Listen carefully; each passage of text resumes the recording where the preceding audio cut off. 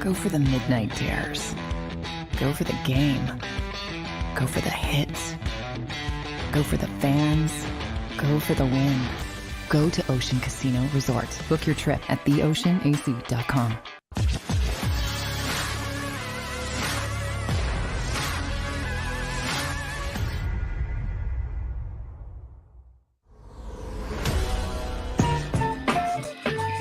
Hump Day! Welcome in, everybody. Woohoo! Derek Gunn, Rob Ellis. We will be joined shortly, my sources tell me, by Barrett Brooks. We're not exactly sure what's going on, but he will be with us. We know that soon.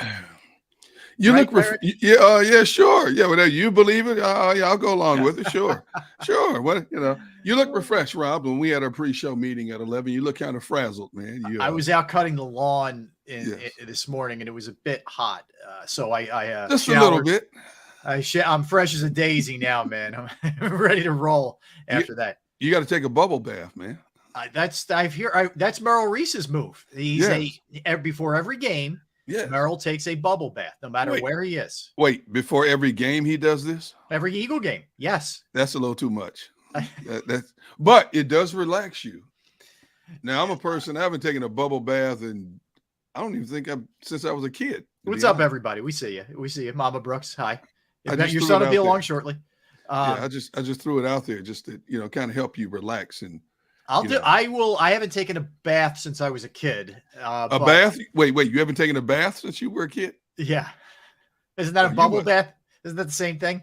No, I haven't taken a bath since I was a kid, which leads me to believe you and water don't mix. No. Okay. I'm a clean freak. I am a shower man. I am a shower man. Yes, I am super clean. I am extremely cleanly.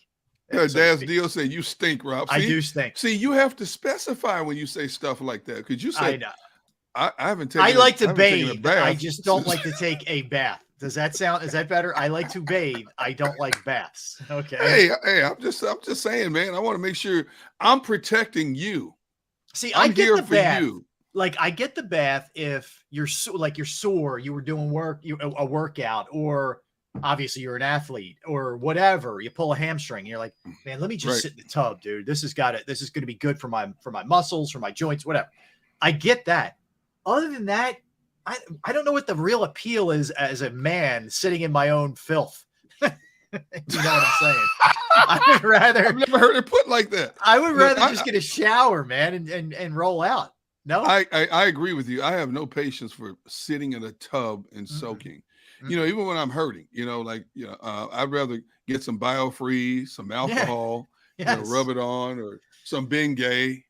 But sitting in a tub with bubbles, no, that's not me. My dad had a bad back his whole life. It was brutal for him. But right. So when I was a kid, he would constantly have Bengay on his back, constantly. Yes. Right? Yes. And back then, it was that strong, what Bengay smelled like, that sort of like. I still use it.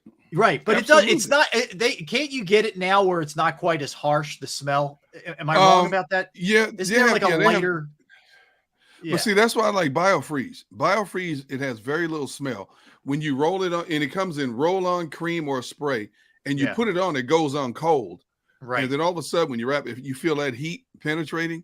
Yeah. And it doesn't have that strong smell like a Bengay did. Yes. But they make different degrees of Bengay now. I think they've found a way to reduce the pungent smell, so to speak, which I didn't mind. I thought when you had Bengay on, that was manly. The smell like Bengay. Oh, it did. He did. Look, it's just a smell that I will never. And I used to have to rub it on his back, and my hands would stink. I'm like, it was the whole thing. But thank you, Randall. We're agreed on the. We're pro shower, man. We are pro shower. And Daz Deal says, they have icy hots. Yeah, you're right. I used to like the icy hots also, but I've graduated to BioFreeze. Icy hots, BioFreeze, man. I don't mind an icy hot. Thank you, Chris. Good, Chris, our friend Chris checking in. Our fitness guru, our instructor. All right.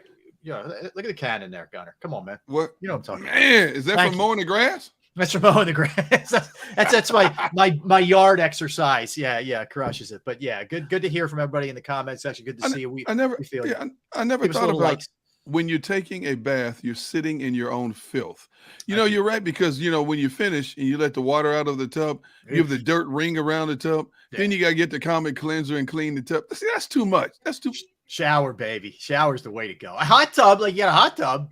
Wait. Hold on a minute. What's that, Trish? She says only if you're filthy. Well, that's the reason you get in a tub to take a bath, to get the filth off of you.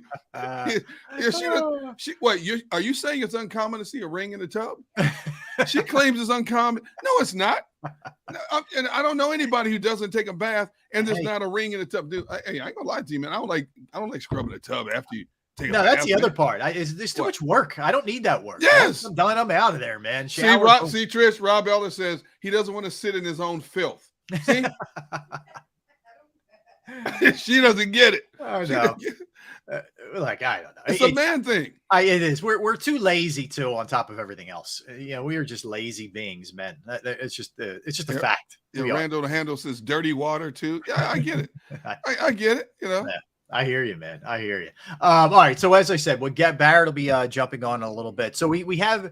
I can't call it breaking news, Derek, because it's not official yet. At least I haven't seen it become official. But by all reports, and it started with Kevin Weeks last night on ESPN's NHL studio show. Right. Kevin's very good, by the way.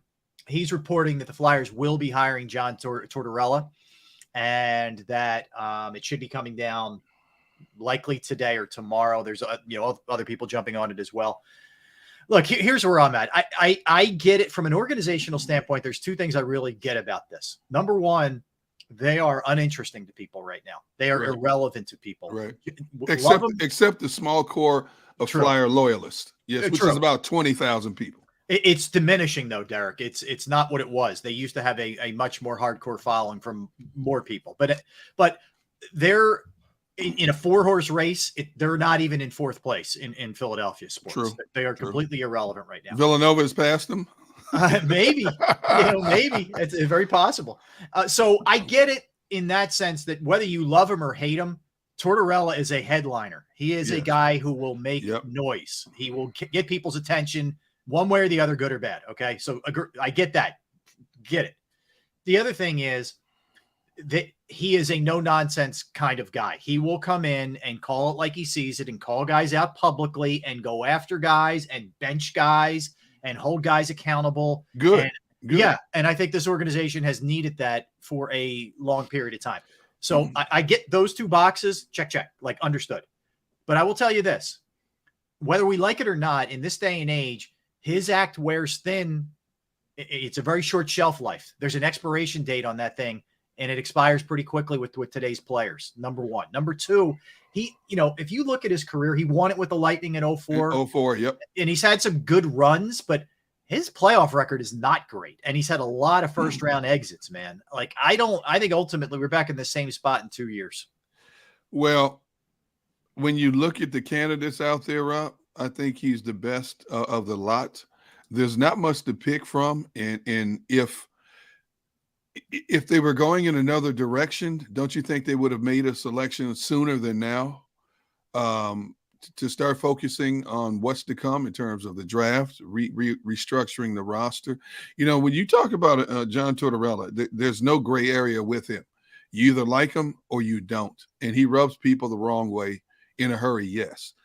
But he has a certain pedigree. And who knows? He stepped away from the game for a year. He was an ESPN studio analyst for a year. Maybe stepping away for a year has made him sit back and do a self-evaluation on things that he hit on his strengths and weaknesses, maybe what he needs to change to not alienate people, especially his players.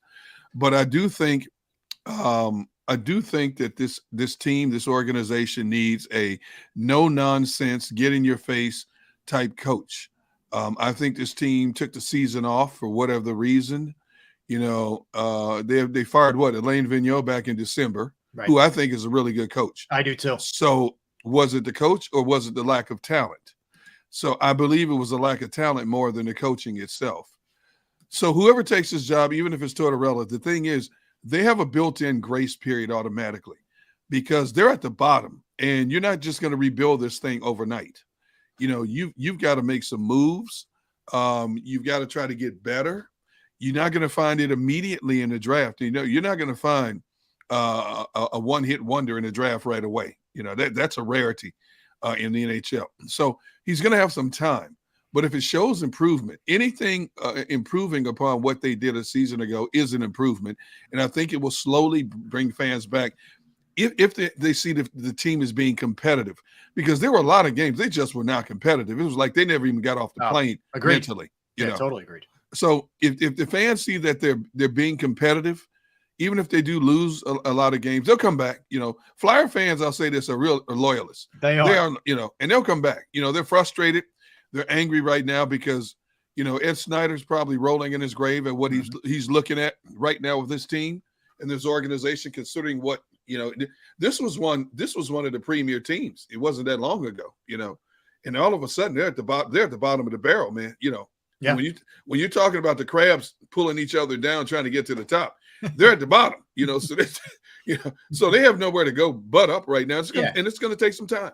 Yeah, and like I said, ultimately, I don't necessarily love it from a coaching standpoint, but a couple of things that they desperately need, he fits that bill, immediately. And Gunnar, let's face it, man, it's a business, and you need to make your product relevant again. And right now, that's not the case with this Flyers team. It'll be interesting. Again, that's not official yet, but there are multiple reports out there that it's going to become official very shortly. I think the big key is, how will he mesh with the front office? Will the front office give him the room to be himself?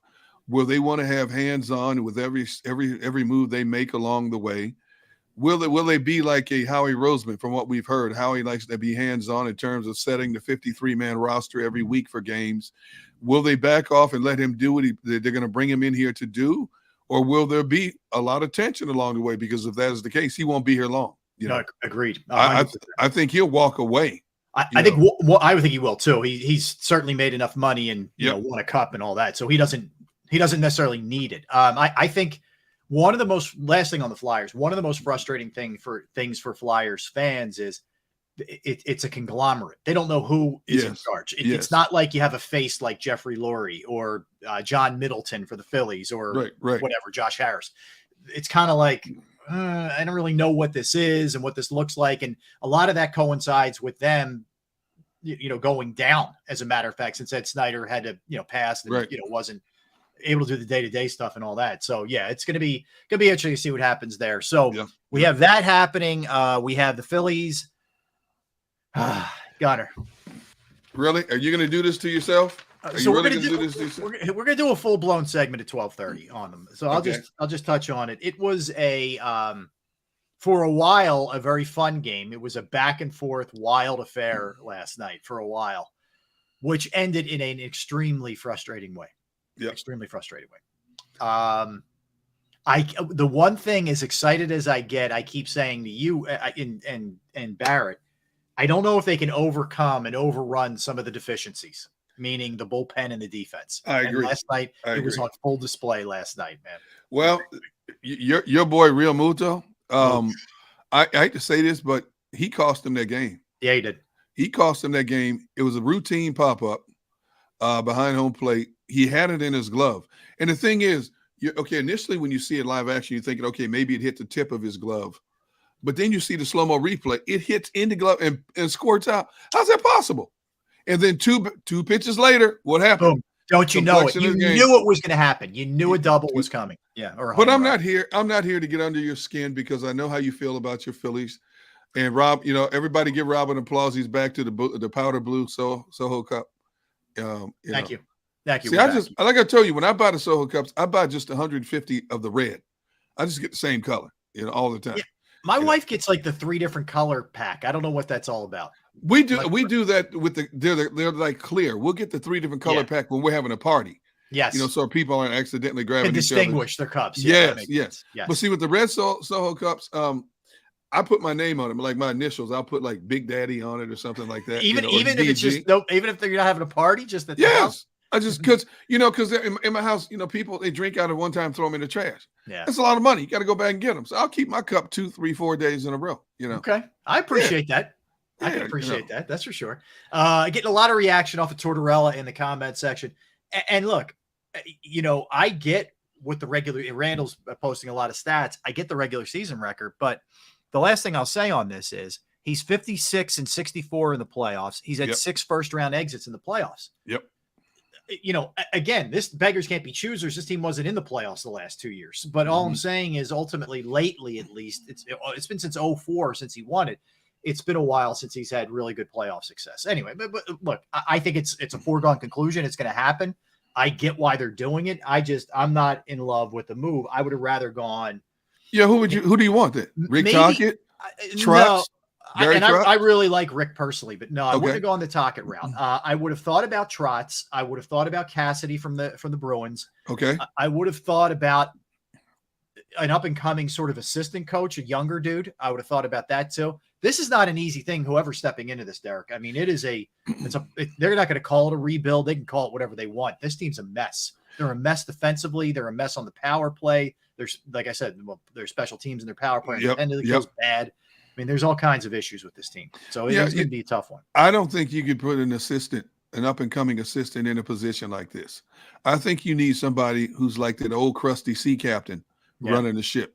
You need to get people's attention, and there's going to be a number of players who are holdovers from this debacle last season.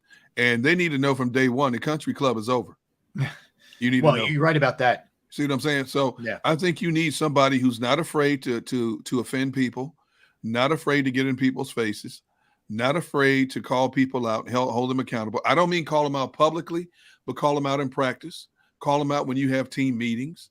That's what they do in football. Football coaches are notorious for looking at film, stopping a film on a play and calling a player out, whether it's a lineman, back receiver, for running the wrong route, hitting the wrong hole. I think you need one of those type of coaches with this Flyers team, because if not, you're going to get the same kind of results you just had this past season. Yeah, look, I don't disagree. I certainly don't want to push over in here, and maybe a young guy doesn't have the gravitas to be able to be that strong voice. Maybe that's the. Did you actually say gravitas? Gravitas. Woohoo! Yes, you have gravitas. You know that, right? You're a gravitas guy. I don't know. No. Does that mean you smell or what? What does that mean? Go get a bath. No, that means that you have established yourself and you have a credibility. Like, you have gravitas. Barrett does not right now because he's not here. Okay, you are a gravitas foxhole kind of guy. Oh man.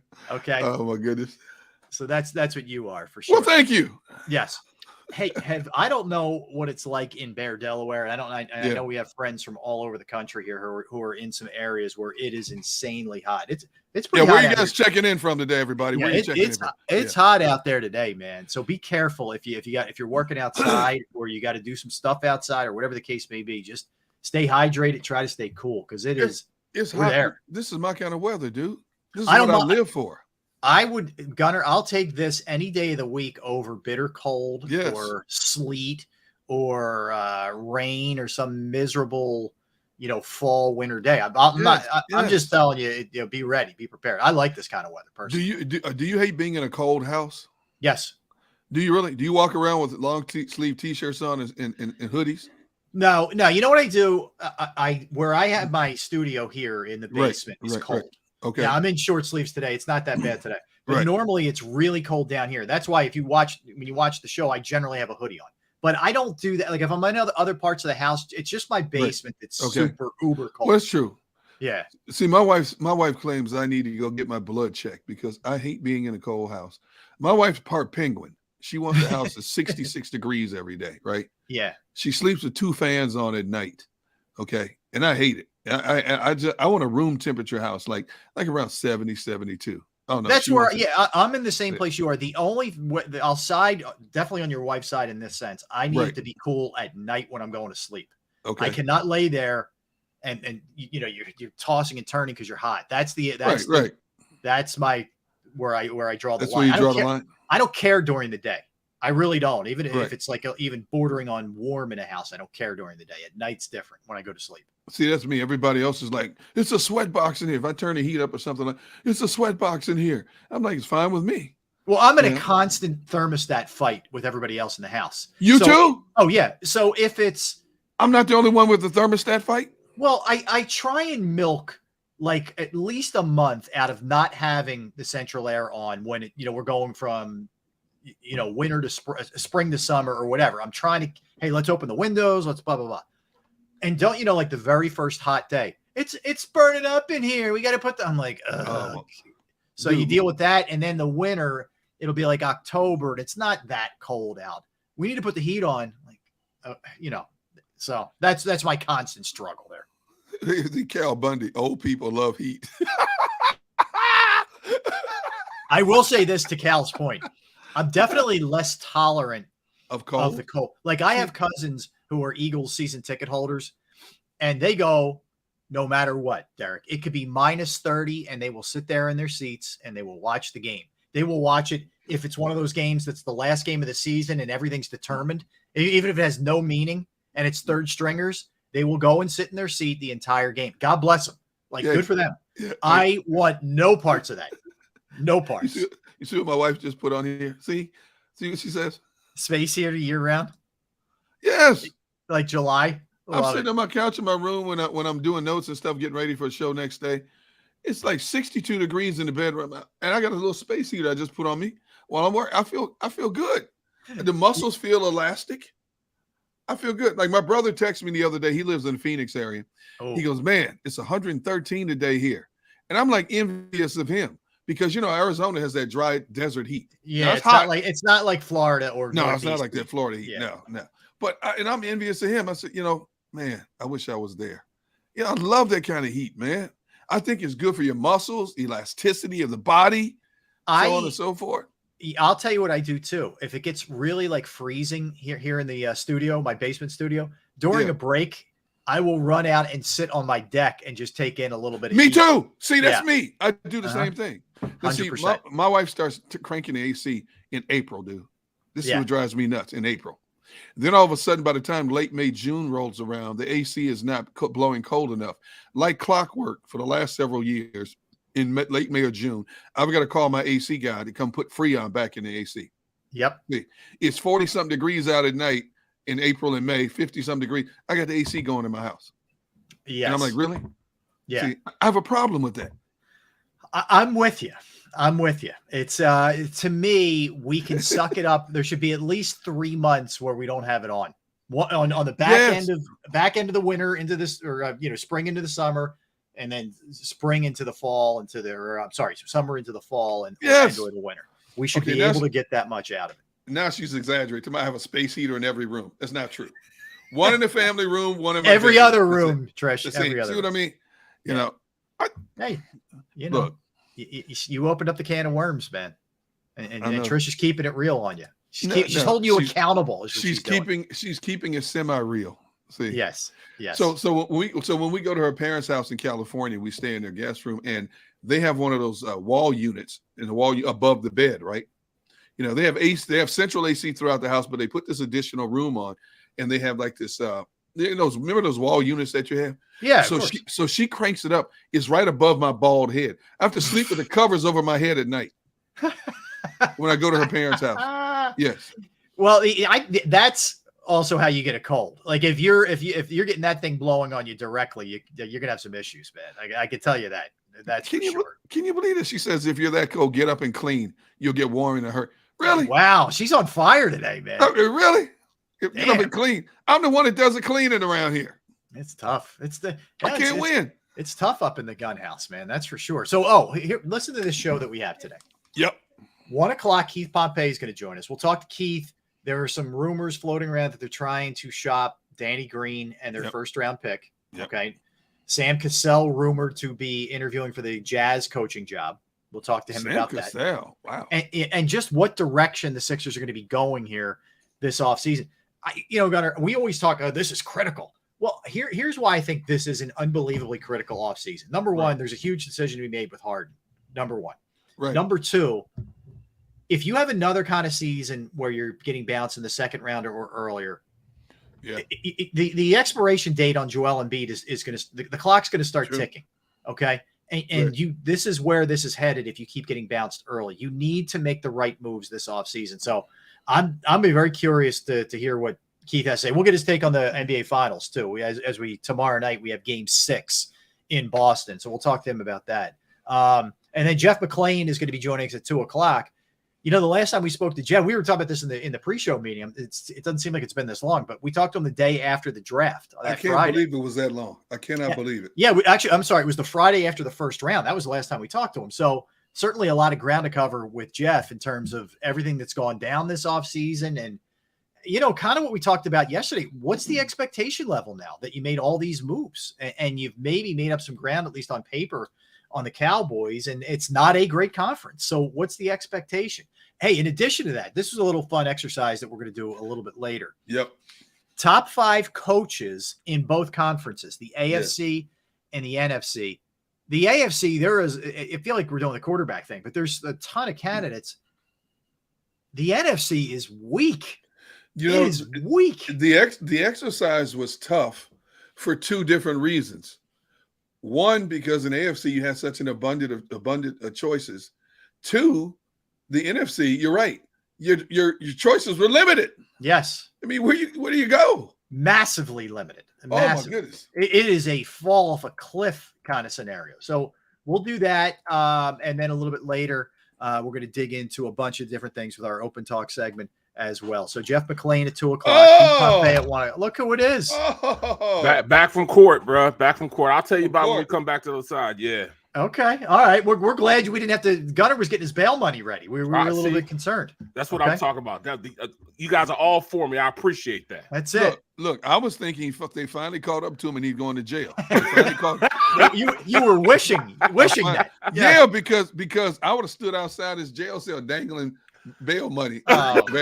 See what I'm saying, man? What are friends for? I'm thinking you gonna get the bail money for me. Look at you. You want to laugh? I got the bail money. I would have dangled it first just to make you sweat a little bit, bro. I mean, I even went in there with the NBC swag and everything. You look very official. Yeah. I tried it. My court appearance is not. Well, you guys want me to wait, or we want to go? Yeah, we'll wait. Hang on. All right. So when we come back, we'll get Barrett's court story and what went down today. We'll dig into the Phillies and that bad loss last night. Jeff McLean at 2:00. Keith Pompey at 1:00.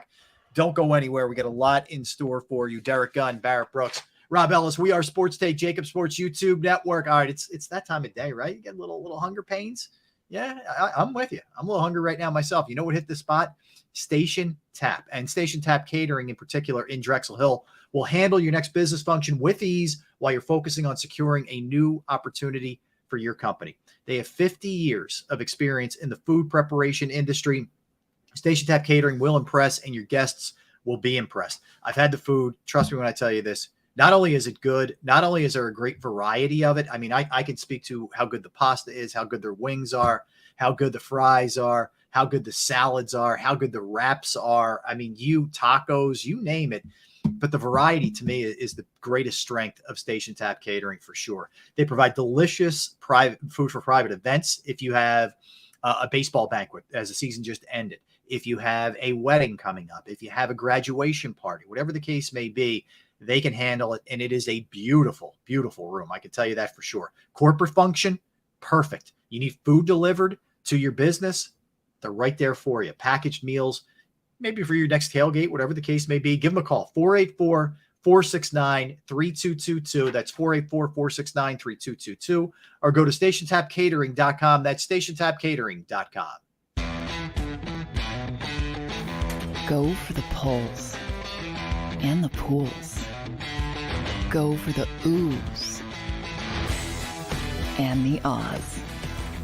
Go for the bubbles and the bubbly. Go for the story and the stories. Go for the win. Go to Ocean Casino Resort.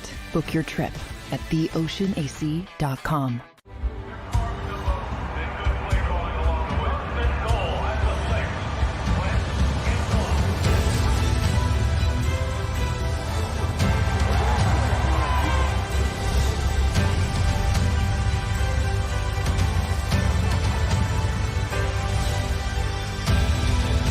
Field of life, First Trust Bank is there for you. Champions on three. 1, 2, 3. Because Philadelphia dreams deserve a Philadelphia bank. At Stateside Vodka, every new customer gets the world's best rocks glass, free. You're telling me that bottle is cut in half? You could say that.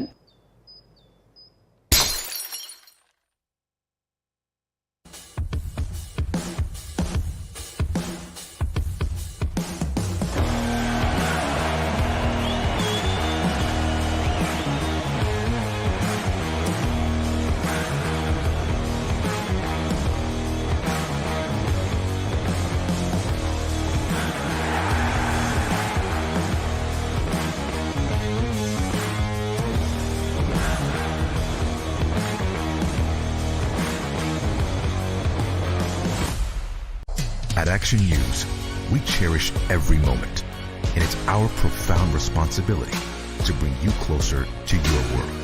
Never miss a moment. Trust the people at Action News. All right, did you know I was the Mommy Slam Dunk Champion?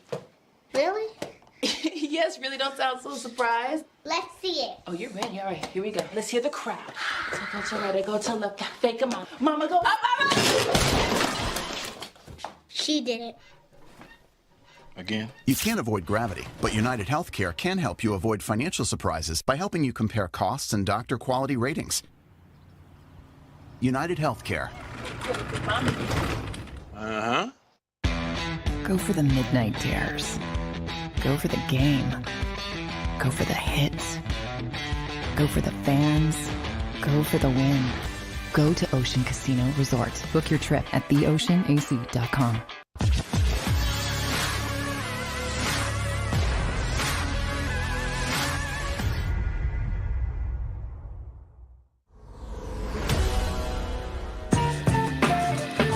Happy Wednesday, everybody. Welcome back in.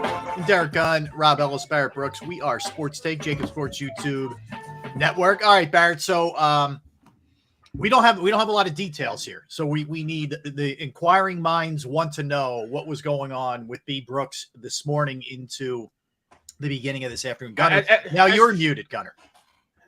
As you should. You're still muted. Still muted. I blame Xander. Our producer Xander. It's his fault. What did he do? He mutes the mic when we go to commercial break. He forgot to he had a brain freeze, a momentary brain freeze. Okay, I'm blaming Xander.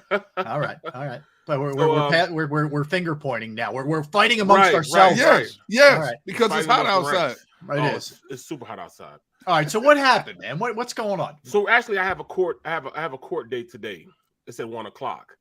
But I talked to the lady on Monday, and I told her the circumstance. Circumstances are this. I have a rental. I had a rental property in Gloucester City, New Jersey. I just sold it in November. I got 3 tickets for the house. Them not cutting the grass or maintaining the snow and stuff like that. And each ticket you get for that is $485. I had to pay it like 3 times before. What? If you don't go out there and shovel it out, because I didn't have anybody in there at the little time. You don't shovel it out, or if the grass gets too long in the back of it, there's a row home in the back of a row home. Right. They'll fine you. You don't they write tickets to you. So wait. So how long ago did you sell the house? I'm sorry. In November. Okay. So you haven't had the house in a while. Right. So I sold it in November, the beginning of November. You're talking like seven months now. Okay. You tell me that in Jersey they fine you for not shoveling a property or keeping the grass cut? Yes. $485 for a ticket. Yeah, that'll happen in Philly too. Really? Yeah. Huh? See, that's why I never moved to Jersey, man. They rob people in Jersey, man. Right. So long story long, I sold the property. I get a ticket in the mail in February, 2 tickets in the mail for not shoveling the 2 times it snowed. One time it snowed in January and the one time it snowed in February. So I get 2 tickets. Then I get another ticket in mid-April for the grass not being cut in the back. That's almost $1,500. Yeah. Then you got to pay the court costs and all that stuff also. Yeah. I'm not paying that. So I had a court. They gave me a court date and it was on my birthday, May 5th. I said, no, I can't go to court. I'm like, why am I going to court? Because that's not my property. Mm-hmm. I get another in the mail. They want me to go June 1st. I said, I'm not going. So finally I called the lady on Monday because I get another court appearance that they're going to have for today at 1:00. She said, well, I understand that, but the courts, the courts are backed up. The housing is backed up because they haven't made it official that I sold the house. So they're thinking the house is still mine. None of this is your fault. Right. Like, you sold the property 7 months ago and it's still not official that you sold it? This is ridiculous, man. So I turn around. She said, well, just come up at 9:00 and I'll see if I can get you, to talk to the judge or talk to whoever you need to talk to so you don't have to worry about this. Oh, and then she turned out, yeah, because my dad loves you.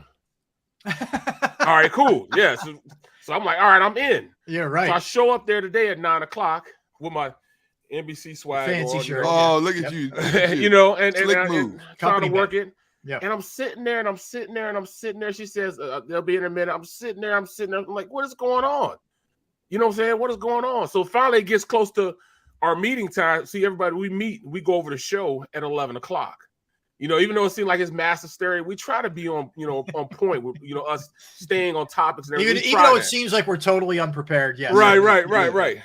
So and I'm like, guys, fellas, I can't make it. So I'm thinking, you know, she gonna, you know, get me in and out. No, I don't leave until I think it was 10 minutes before the show at 12 o'clock. I'm still sitting there. So I finally called. I called Zan. I said, Zan, man, I apologize, bro. He said, don't worry about it. You know, I understand. Because I thought I'd been out of there. I'm trying to take care of it so I could not miss the show at 1 o'clock. Yeah. I didn't want to miss the show at 1 o'clock. So I'm like, you know what? I'm going to do it this way. Long story long, they come out there and say, hey, we can't do anything for you now. We're going to postpone this court date till next. I'm like, what do you mean you're going to postpone it? What? You're going to keep getting fined. You're going to keep getting fined in the meantime. But hold on, I still got to go and go to court for. Here's I sold everything. The bill of sale. Yeah, you have the deed, and the whole deed thing. is theirs now. It's not me. Well, they're backed up. We don't know what's going on. They're backed up on, you know, all that type of stuff. So they haven't registered you are not being the owner and yada yada yada. So I got to go back to court a month from now to get all this taken care of. I will say, you know, that all of these industries that handle stuff like City of Philadelphia, city wage taxes, they're short of workers. They still are backed up for months. And I feel bad for you, man. Yes, you're gonna have to fight this, but I would not pay those fines. You have the deeds and everything that you sold the house last November, right? Now the row house last November. Yes. I just want to know where are these people that are checking these properties that dime people out that they weren't shoveled on such and such date, or the grass wasn't mowed? It's a police officer. A police officer goes around and does this stuff? Rides around and writes tickets for that. Yeah, because here's what happens, because let's say both houses next to Barrett are shoveled. If a mailman or somebody walking the dog or some kid slips and falls on the property, you know what I'm saying? Like that's what it's all about. Barrett, let me ask you, and you don't even have to do this. I'm just asking if you thought about doing this, because you shouldn't have to, but just to avoid all this nonsense. Did you ever reach out to the person who bought it off you and say, hey, dude, or female, whatever, miss, what's going on here? Like, are you not taking care of this? Yes, I did. Okay. No, they said, we're in the house and everything. We've already done with half the, they're done with all the stuff. Renovations? The renovations on it. They're about to start renting it out or selling it or whatever. We have no control over that. In fact, they're dragging their feet with us. Even if we wanted to sell it, we couldn't sell it because at this point, none of the information saying that we bought the house. Wow. Is there yet. So they can't, they're at a standstill because they can't get an OC, you know what I'm saying, for tape. They can't get an OC because nobody can go in the house because they can't prove that they own the house because they haven't switched everything over to them yet. So that's brutal for them because they own it, but they can't rent it right now. They can't rent or do anything right now. I'm sitting there now, and the only thing I'm thinking to myself is, there's no way that Rob and D Gun think that I'm in court right now. There's no way. That's true. That is true. I thought you were out working on your car or something. I wish that was the case. There was some boat discussion. There were some thoughts. Getting barnacles off a boat or something. That's correct. That's correct. What do you got? What do you have? More. What you got? I'm looking for the paperwork. We don't need to see your paperwork, man. We don't need to see your address or anything. We trust you. It's one of the few times we trust you, Barrett.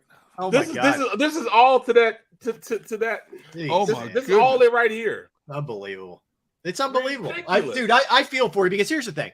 We all know there is such a mess right now in terms of lack of employees on every nobody level. wants to work. Yeah. Walk into a supermarket or walk into a Home Depot. I'm just giving you examples, and you're going to see like 2 or 3 people doing the work of like 10. Yes, it's crazy right now. What's going on? You know what's weird? You go to BJ's, and you know, which is like a Costco for people who don't know what BJ's is, and they used to have 5, 6, 7 lines open. Yep. But over the last couple of years, you might have 1 or 2 lines open, but you have those self-checkout kiosk things. Which drives me nuts. Now, if you got 10, 12 items, piece of cake. But if you got a whole cart full of stuff, you can only put so much on there. Yeah. You know, and every time you scan something that says, please put it on there so they can, you know, it'll some kind of sensor let you know that you just, but then you got to take stuff off and put it back under the cart so you can make room so you can put other stuff on it, you know. To get, and no, but that's what drives you nuts. When your bag is full and you take it off and you put it in your cart, or you open up a new bag, it shuts you down. You can't keep rolling. And I'm like, and then you got to sit there and wait. Call the worker. And she's going to walk over. And I'm just sitting there like, I don't know. I didn't do anything. Like, I'm not stealing. Right. She's like, I know. And she pulls her badge out. Beep. And then you're ready to go again. But then I got to go through this again when I'm on my next bag. Like, but you go to Costco. Costco's like assembly line, man. They got 7, 8 lines. I mean, they keep people moving in Costco. And don't get me wrong, I love BJ's. I go to both of them. But Costco, why more people want to work at Costco's than the BJ's? I don't get it. I don't understand it. All I know is this: I was so hot and so mad that I just like, you know what? I'll just come back at the later date. I didn't even want to do anything. Yeah, to say but anything. dude, you totally wasted a morning. I'm not trying to make you feel worse. I'm just saying, I'm pissed off for you because you completely wasted a morning of your time. Got up, and this thing isn't resolved. I had to get up and take a shower. Yeah. Well, I wait till after the show to take a shower. Yep. Really? Yeah. Do you take a bath? We were talking about baths earlier. Yeah, but you need to take a bubble bath. Are you a bubble bath guy like Merrill Reese? Bro, is there a bathtub big enough for me to take a bubble bath in? Come on, man. Good point. Come on, man. And then I'm anti-bath. Me too. And plus, it takes too much for me to get in and out of it. You know, when you get, you got to work your way down. Yeah, it's too much work, man. Hey Bear, when you get out of the tub, is there like a ring in the tub? No, man, I ain't dirty now, man. I'm just. Well, that's what you get the tub for, because you want to get the dirt off. My wife said you missed it. She actually chimed in because I said, yeah, I don't like taking a bath. When you get out, man, you got the ring in the tub. You got to scrub the tub with Comet and all that stuff. And my wife said, that's just filthy. I said, well, that's why you get a tub. Well, to get the filth off of you. Actually, a little known fact. Yeah. That like 80% of the dust in your house is actually skin cells, and That's black correct. folks have melanin in their skin. So when they're in the tub, it's not necessarily dirt. It's just your skin cells are in there, and they have pigment in them. So that's why it looks like it's dirt. It's not actually dirt. So what's my excuse? You dirty, dude. I'm just dirty. So you saying we peel like lizards? Is that yeah, it? man. Yeah, but he's saying I'm actually dirty. You just peel. Okay. So. Hey, Barry, you missed it, man. Earlier, Rob said earlier, he says, I don't take baths. You know, he made it sound like he hasn't taken a bath dirty. since he was a kid. Yeah, I know. I'm like, let me nasty, rephrase that. Time out. I like bathing. I don't take baths. I take showers. Okay, I'm clean. Straight up nasty, Rob. I'm clean. I swear. No wonder your wife put you in a corner in the basement. Yeah, right. I'm not going to leave today. I'm just you stay down there, Rob. You guys might want to check in with me around like 10 o'clock tonight. I'll be in the same spot. What do they slide your my meal? It's like I'm in prison. Here you go. 2 hots and a cot. Yeah. Oh, bro, I remember, let's see now, and his wife's the sweetest person in the world. But every time, you know, is around this time, right? Well, no, it wasn't. It was just like in March when we worked together. It'd be like, B, it's that time. Like, yeah, you're right, man. I got to go to the school to read to the kids. And when I couldn't say anything, yeah or nay, I just had to. I'll be there. So Derek's done it too. But Barrett walks in and it's like the Pied Piper. They're all like, oh, and they all just get around him. And Barrett reads some Dr. Seuss or whatever he was, one of his books, and they just go nuts. And that's all I hear about for the next, whatever. But you guys are both killers. You guys, Michael B. Oh my God, they loved you guys, man. I love doing it, man. It was a lot of fun with the kids. They love it. Unfortunately, with COVID, they shut all that stuff. Yeah. Hopefully, we'll get back to it at some point. But anyway, they loved it. The kids loved it. All right, Lo. So look, I feel for you, dude, because I've had some nonsense kind of stuff like that, and it just drags on, and it's weighs on your mind, and you want it to be resolved. It sucks. So I'm sorry. I'm definitely not paying the $1,500 in court costs. Do not. $1,500. Yeah, it's what? It's $800 I'm sorry, $480 something. Yeah, it adds up. It adds up to almost that. Right, yeah, it's almost that. Yeah. They drag you into court and then want you to pay the court cost. That's crazy, man. That's ridiculous. On a humbug. Once they do get to it in the next year, they'll realize that you don't owe it, but it's the inconvenience of you having to go through this. Well, mess. the other part is, how about you resolve it over Zoom so you don't have to get up, trek to the courthouse or whatever. It's ridiculous, man. Anyway, I'm not trying to get you more fired up, but I feel for you. We got you, man. This isn't gonna make you feel any better either. The Phillies last night, that was brutal. So I got off. So I stopped watching. I think it was like the beginning of it was the top of the 7th or the bottom of the 7th, and they're up 8-4, right? 8-4, yep. They were losing 4-0. Then they went up 8-0. Yeah, like what's that? 8-4. So I'm watching them lose. I'm like, oh man, loses. Then they come back. Then they score 8 runs, in 2 innings, and then I'm sitting back like, all right, they got this. So I'm like, all right, I'm gonna go ahead and do something else. And then I wake up the next morning, and I'm like, how the hell did they lose? Oh, you missed the best part of the game when it became foul-ups, bleeps, and blunders. Yeah, I heard. Knebel comes in, Barrett, and 12 of his 16 pitches are balls. Oh, balls. 12 out of 16. 12 out of 16. Your closer. So he comes in, and Familia was even more. Familia. Oh my goodness. Goes double, walk, 3-run home run in his appearance. Okay. What? You talk about their gas cans. Those guys are you walk up to a bonfire and just pour kerosene into it. That's what those two are. So and Knebel's now got 4 blown saves on the season, by the way. And speaking of that, today before the game, Rob Thompson said basically we're not putting him in high leverage situations anymore. Like he's out as the closer for right now.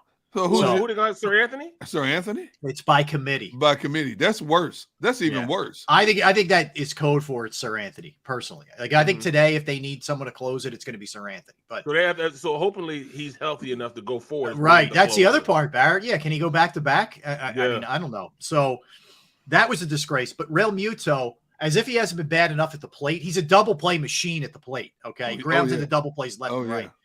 There's a foul pop. Like you give who was in at that point? Oh my God, I'm trying to think of who was in. Bilotti. Bilotti was in at that point, Derek, after all these disasters. Yep. And actually pitched pretty well. Okay. He gets a foul pop, Barrett. Behind home plate. Where he has to, get over towards the dugout, but not all the way over. And the ball pops out of his glove and he misses it. Okay. Now, are you talking about the $20 million catcher? Yes. Yes. Who still has like $100 million left on his contract? Yes. No, $72 million left on his contract. Yeah, when we brought him here, it was supposed to be the best catcher in baseball. Correct. Yeah. So when you see it live action, you're thinking, okay, he's looking out. It was more toward the fencing in the backstop, more so than the actual where dugout. the camera guys are with the long lenses. It's kind of right. So it's the natural instinct is look up, look down, and see where you are. Look up, look down, make sure you're not running into the fence. He had plenty of room to make this catch. So when you see it live action, it looks like it hit off the tip of his glove. He misjudged it. But you see the slow-mo replay, it hit in his glove and then popped straight up and out. So what happens 2 pitches later? I will set the stage for Mr. Ellis, who's hot as a hornet's nest, to tell the story. So I can only imagine. Well, yeah. So naturally it becomes a double, which scores 2 runs, which makes it an 11-9 game, which basically, you're not going to keep coming back like they have been in these games. Eventually, it's going to catch up to you. He should have gotten out of the inning with a tie. Yep. It should have been a tie. At the worst, At the worst. Now, even before that, earlier in the inning, there's a hot shot to Bohm, who makes a real nice diving play. He makes a really nice play. He short hops the throw, which a good fielding first baseman picks clean, which Rhys Hoskins doesn't, and he's not. As hot as he is at the plate, he's still not good in the field. So that kind of, snowballs and all those things start happening. Long story short, they lose a game where they ripped off 8 unanswered. Yep. The offense did. And Rhys Hoskins in the game, I've never seen a guy as streaky as Hoskins, by the way. Well, Rhys Hoskins, he goes 4 for 5 with 2 home runs and 6 runs driven. Guys, last 12 games, 5 home runs and 12 RBIs. He's on fire. Smoking. He's smoking on fire right now. Yeah. And you wasted that last night. The worst, I think, other than Real Muto dropping a pop-up, the worst was in the 7th inning when Familia gives up a home run to Stallings, who had 1 home run the entire year. He's a light-hitting. Gave up a 3-run homer to this guy. That's where I left. I left after that right there. Unbelievable. That's when I left. But come on, man. You score 8 runs, you're supposed to win the game. Period. No doubt. Period. No doubt. I will say this about Florida. I can't say it enough. And we talked about it with McCarthy on the show yesterday. It's this one team. Now, granted, the Marlins could have won the opener. They lost that one, 3-2? Marlins should have won that opener. This team gives this team trouble for whatever reason. It's like the Phillies play out of their minds against this team. I expect another crazy game this afternoon in the series finale. I do too. But hold on, now look at this. There's still a chance they win this series, though. They just got to keep winning this series. Correct. Sure. Absolutely. As bad as it was, the beauty is 12 hours later, you're turning this thing around and playing, basically. And you can win the series. And the pitcher for the Marlins today, Pablo, what's his he's not pitching today. Yeah. What's his name? What the heck is his name? Pablo. Oh man, can't think of his name. But he's not. He's a really good pitcher. He's not pitching for the Marlins today. Yeah. They caught a bit of a break with that. So hopefully. Well, yeah, in theory, but you never know when it's the Marlins. So you have Gibson, who you're going to need to step up today, who's been a good fifth starter. It's Daniel Castano who's pitching for the for the Marlins, who's 0-1 with a 0. Pablo Lopez. Thank you. Lopez. Thank you, Des. Lopez. Yeah. See, here's the thing, and I'm watching the Marlins these two games, and I'm thinking, why is as scrappy as this team is, and they just beat Houston 2 out of 3? Why are they below 500 record-wise? If you look at them, they're a team that's not a disciplined team at the plate. Right. They are a free swinging team. They're taking their hacks left and right. What's the name? Aguilar. Mm-hmm. That dude, if he ever controlled his swing, that dude hit 30, 40 home runs a season. He's swinging at pitches. He is a big boy, man. He's a big man. If he should hit pitches to the moon. Yeah, he should. But he's so undisciplined, and the whole lineup is like that. Dude, they take their hacks, and that's one thing about them. They're going to get their money's worth at the plate, and they're either going to hit. Now, if you look at the record, they're only 1 game behind the Phillies in the loss column. Mm-hmm. They're 3 games behind them in the win column, but only 1 behind them in the loss column. So Florida's right there. The Marlins are right there. If they get any kind of consistency whatsoever in their hitting, they're going to be a heck to deal with down the stretch. Oh God, yeah. I mean, you don't completely count them out of a wild card. No, they're going to be in. They're going to be in conversations, that's for sure. But they got to make a move here, guys, to get something for the back end. They're paying Knable $10 million a year. He got $10 million. $10 million for this year. $10 million. Well, that's management. You know what I'm saying? I don't know. It's not the GM, but he brought him in. I know. You know what I'm saying? This is on Dombrowski. This is on Dombrowski. Yeah, look at what guys he brought Familia and Knable in. Well, look at what they're playing Real Muto. Yeah. Look how much they're paying him. I just said it, $20 million. Yes, $20 million for him, $10 million for Knable, and they're not getting his money's worth. Now, luckily, the top of the order, batters 1 through 4 have been carrying this team. Now, the young guys have stepped in the bottom of the order and had some clutch hits, but for the most part, Schwarber and Hoskins have been setting the tone for this team during this hot streak they've been on. Yeah. Yeah. The only guy, and he looks like he's a little bit coming out of it now, is Castellanos, a little bit, but he's got to pick it up. But the other guys, Hoskins I honestly, guys, I can't, other than maybe like Nick Foles when he plays for the Eagles versus anybody else. Right. I can't remember somebody as streaky as because Hoskins is either the worst hitter you've ever seen or he's the greatest hitter. I mean, there is no in between with this guy. And right now you ride it because he's hot. I mean, he's like I said, insane what he's doing lately. Hey, would you guys mind if I dip out of the show at 1 o'clock to watch the Phillies game, and I'll check in periodically with you guys? Would you mind if I? You do what you got to do, man. I'm just asking. I'm asking for a friend. Asking for a friend. Hey, lastly, not to bring people down even more about this, but Eflin if you didn't hear, he didn't come back out for the 7th because he had some knee soreness. Now, people were screaming. People were screaming why he didn't come out for the 7th. Right, they were. But the thing that's concerning is he's had 2 surgeries on that knee. He had double knee surgery like 3 years ago. He had surgery on it last year, and now it's sore again, that right one. That's not – and he's a big man. He's a big dude.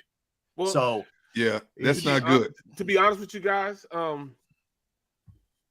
when you say surgery, I think it's almost like he got a scoped or something. Is that what he got? He has patella tendonitis, and he who doesn't as an athlete, man?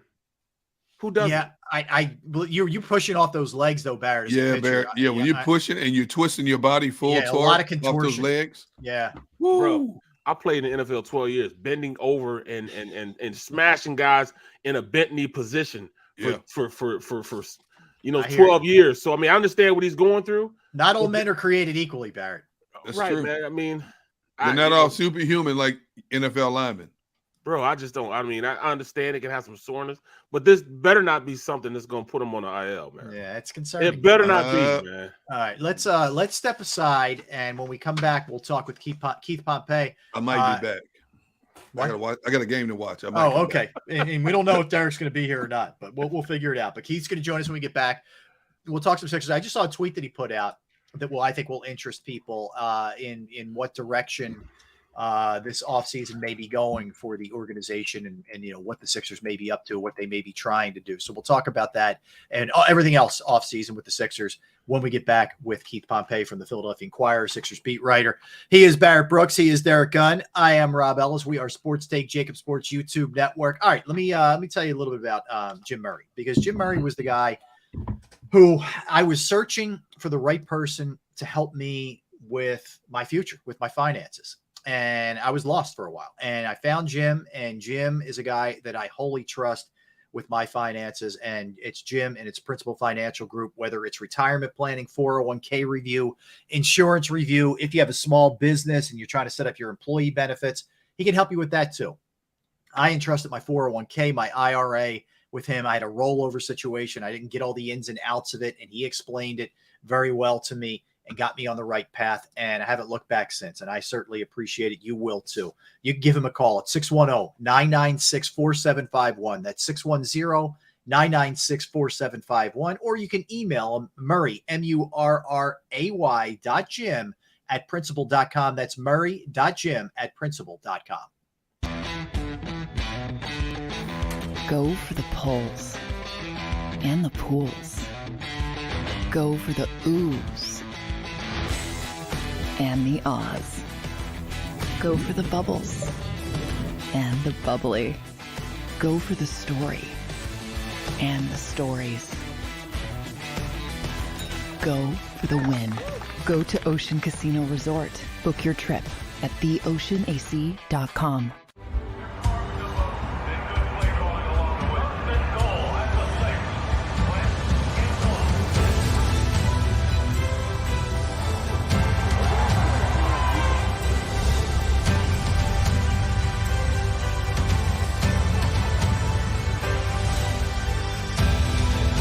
Field of life, First Trust Bank is there for you. Champions on three. 1, 2, 3. Because Philadelphia dreams deserve a Philadelphia bank. At Stateside Vodka, every new customer gets the world's best rocks glass, free. You're telling me that bottle is cut in half? You could say that.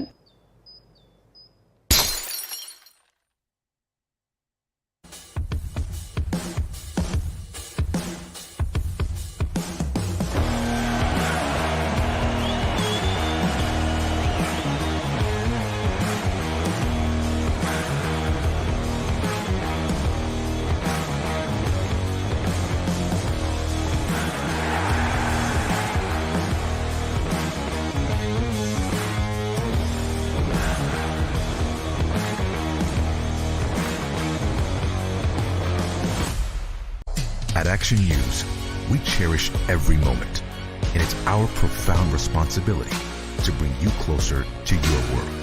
Never miss a moment. Trust the people at Action News. All right, did you know I was the mommy slam dunk champion? Really? Yes, really, don't sound so surprised. Let's see it. Oh, you're ready. All right, here we go. Let's hear the crowd. So go to right, go to left, fake 'em out. Mama, go up, up, up. She did it. Again? You can't avoid gravity, but United Healthcare can help you avoid financial surprises by helping you compare costs and doctor quality ratings. United Healthcare. Uh-huh. Go for the midnight dares. Go for the game. Go for the hits. Go for the fans. Go for the win. Go to Ocean Casino Resort. Book your trip at theoceanac.com.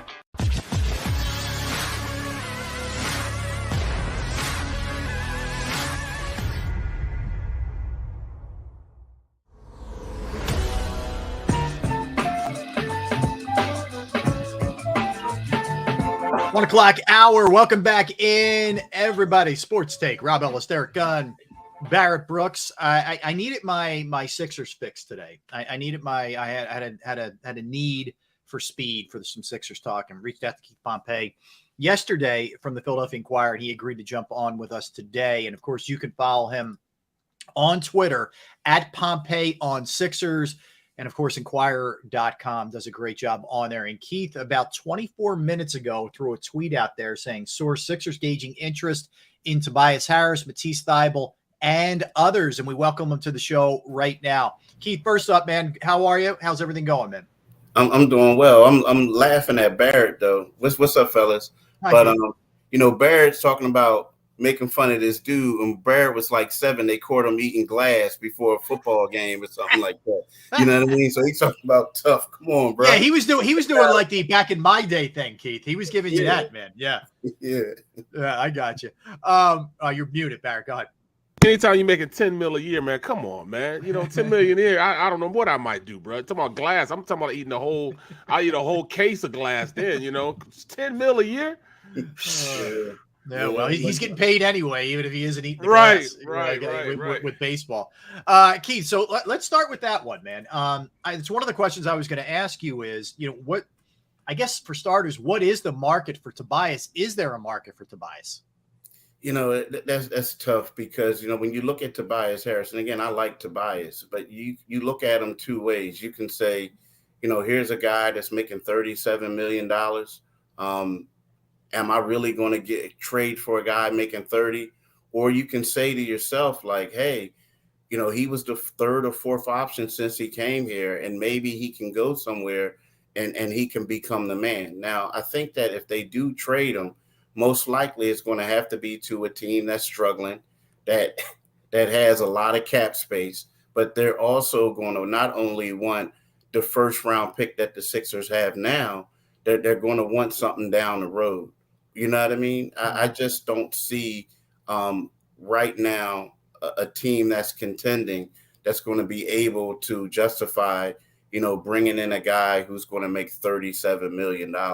And on top of that, I like Tobias, but you guys know he's up for an extension for 3 years, $152.6 million.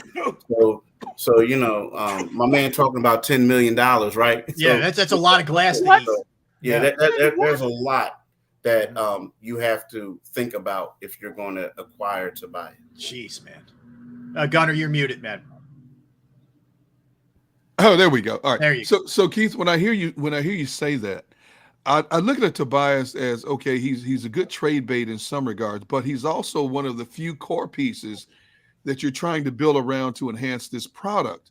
So if you trade him, no matter what you get for him, isn't that kind of like a parallel move? Because you really haven't strengthened your team. You've given up an asset to get an asset, but now you need an additional asset to or two to make this thing better. Yeah, that's another great point. And I agree with that because, you know, ideally, let's just say if Tobias was a James Harden type, or before James Harden came, or Joel, you know, you can justify saying, okay, we're going to get rid of him, but we're going to get 3 maybe quality pieces, right, to help us out.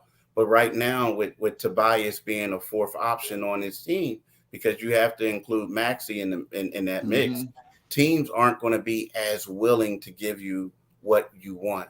You know what I mean? Now you can use his salary. You can use his salary, but you have to add Maxey in order to get like a top-notch player. But then after that, what do you have? You lost 2 starters for 1. So, you know, that is the hard part about getting rid of Tobias. I mean, I think the best thing is where they have to all get in the room. I'm talking about Tobias and ownership and say, look, we're paying you a lot of money. We know we're going to get criticized for it, but the best way that you can help us is if by continue being the third or fourth option and doing the role player stuff for us. Because, you know, if not, I don't think if you think that you're going to trade him and you're going to get a lot back in return, I don't see that happening. Tobias, at this point, is he a must? You know, I don't think so. Is Maxey a must?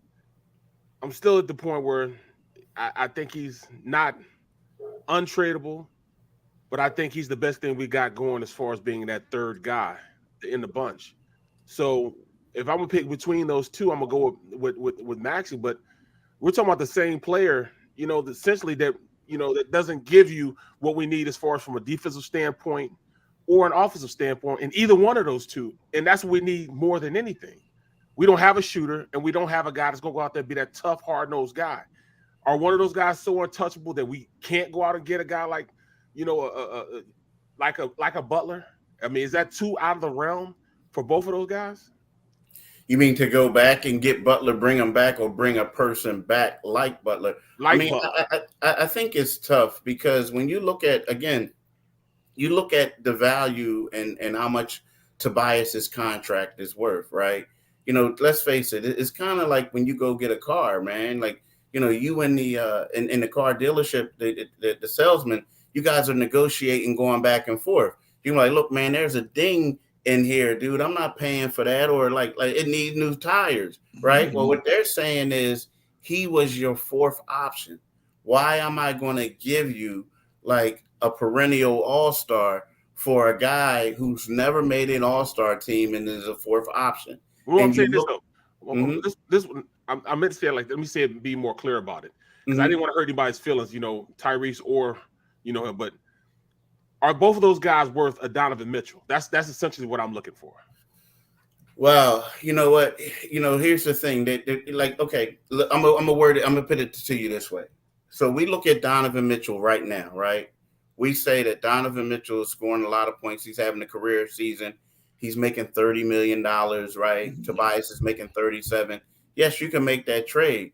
But when it comes down to me saying that I may have to give up Tobias and Maxey for Donovan Mitchell, yes, I don't know if I want to do that. And here's my reason. I'm going to tell you why.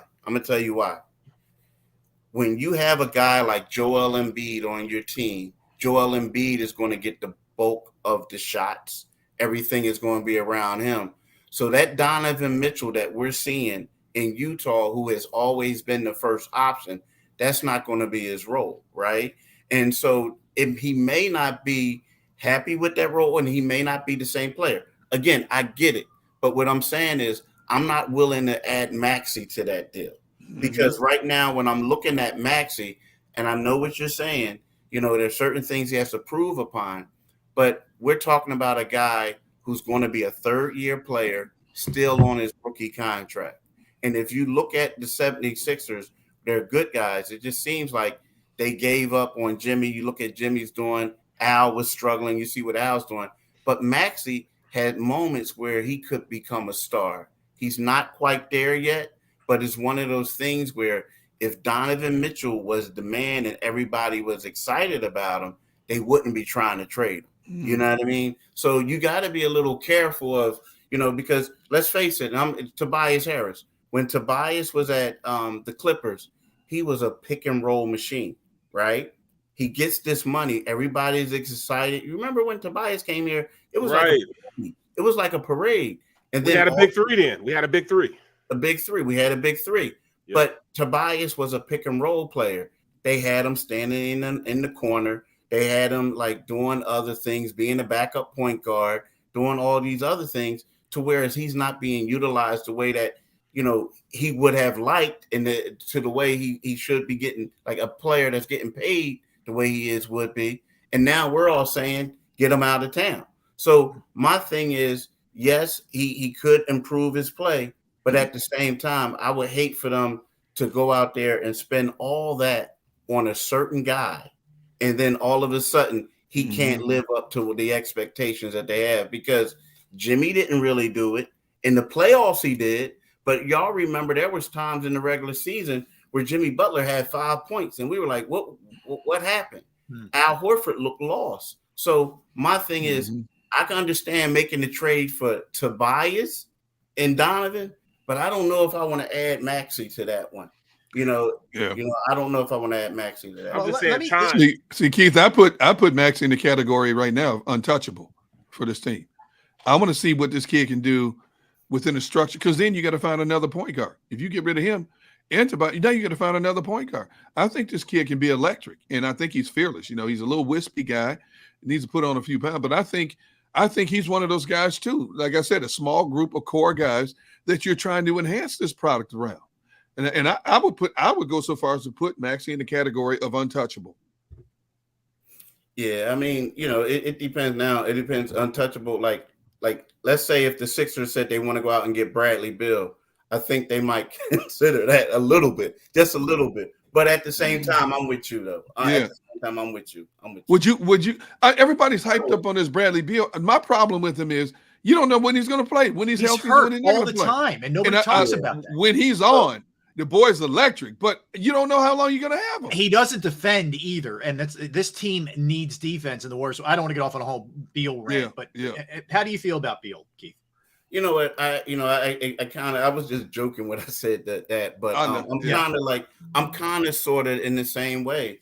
Like Bradley Beal. I think we get caught up in statistics, and we think it's all going to be the same. Yep. And you guys said two things that really stand out.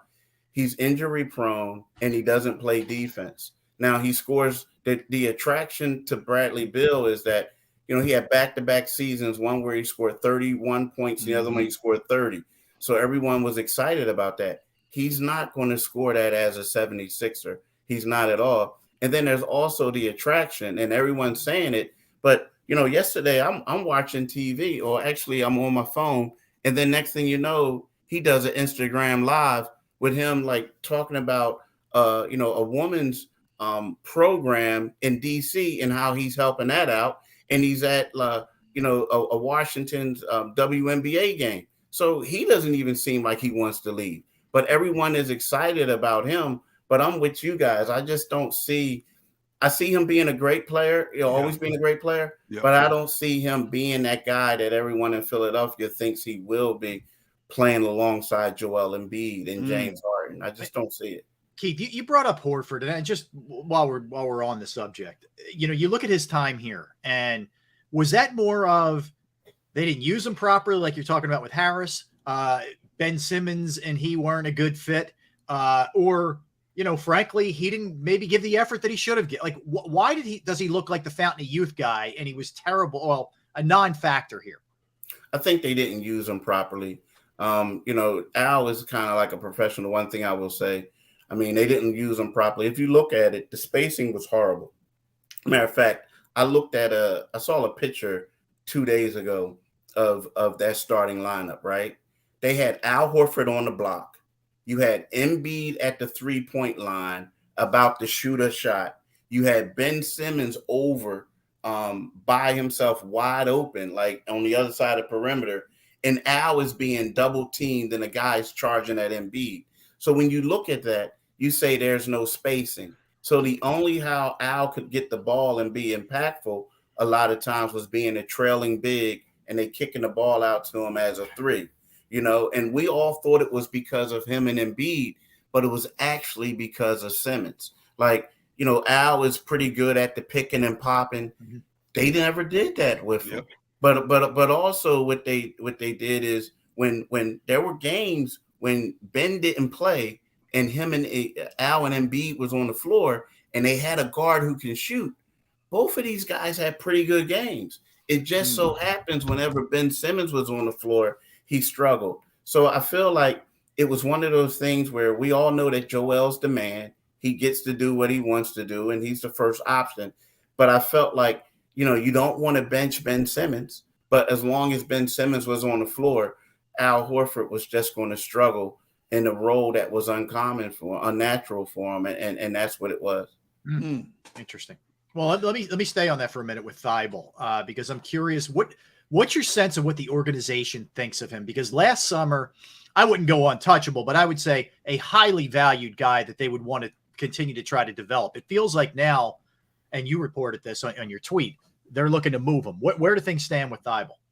Yeah, what they're doing right now is, from what I hear, Daryl Morey likes him. But, I mean, you can speak to this.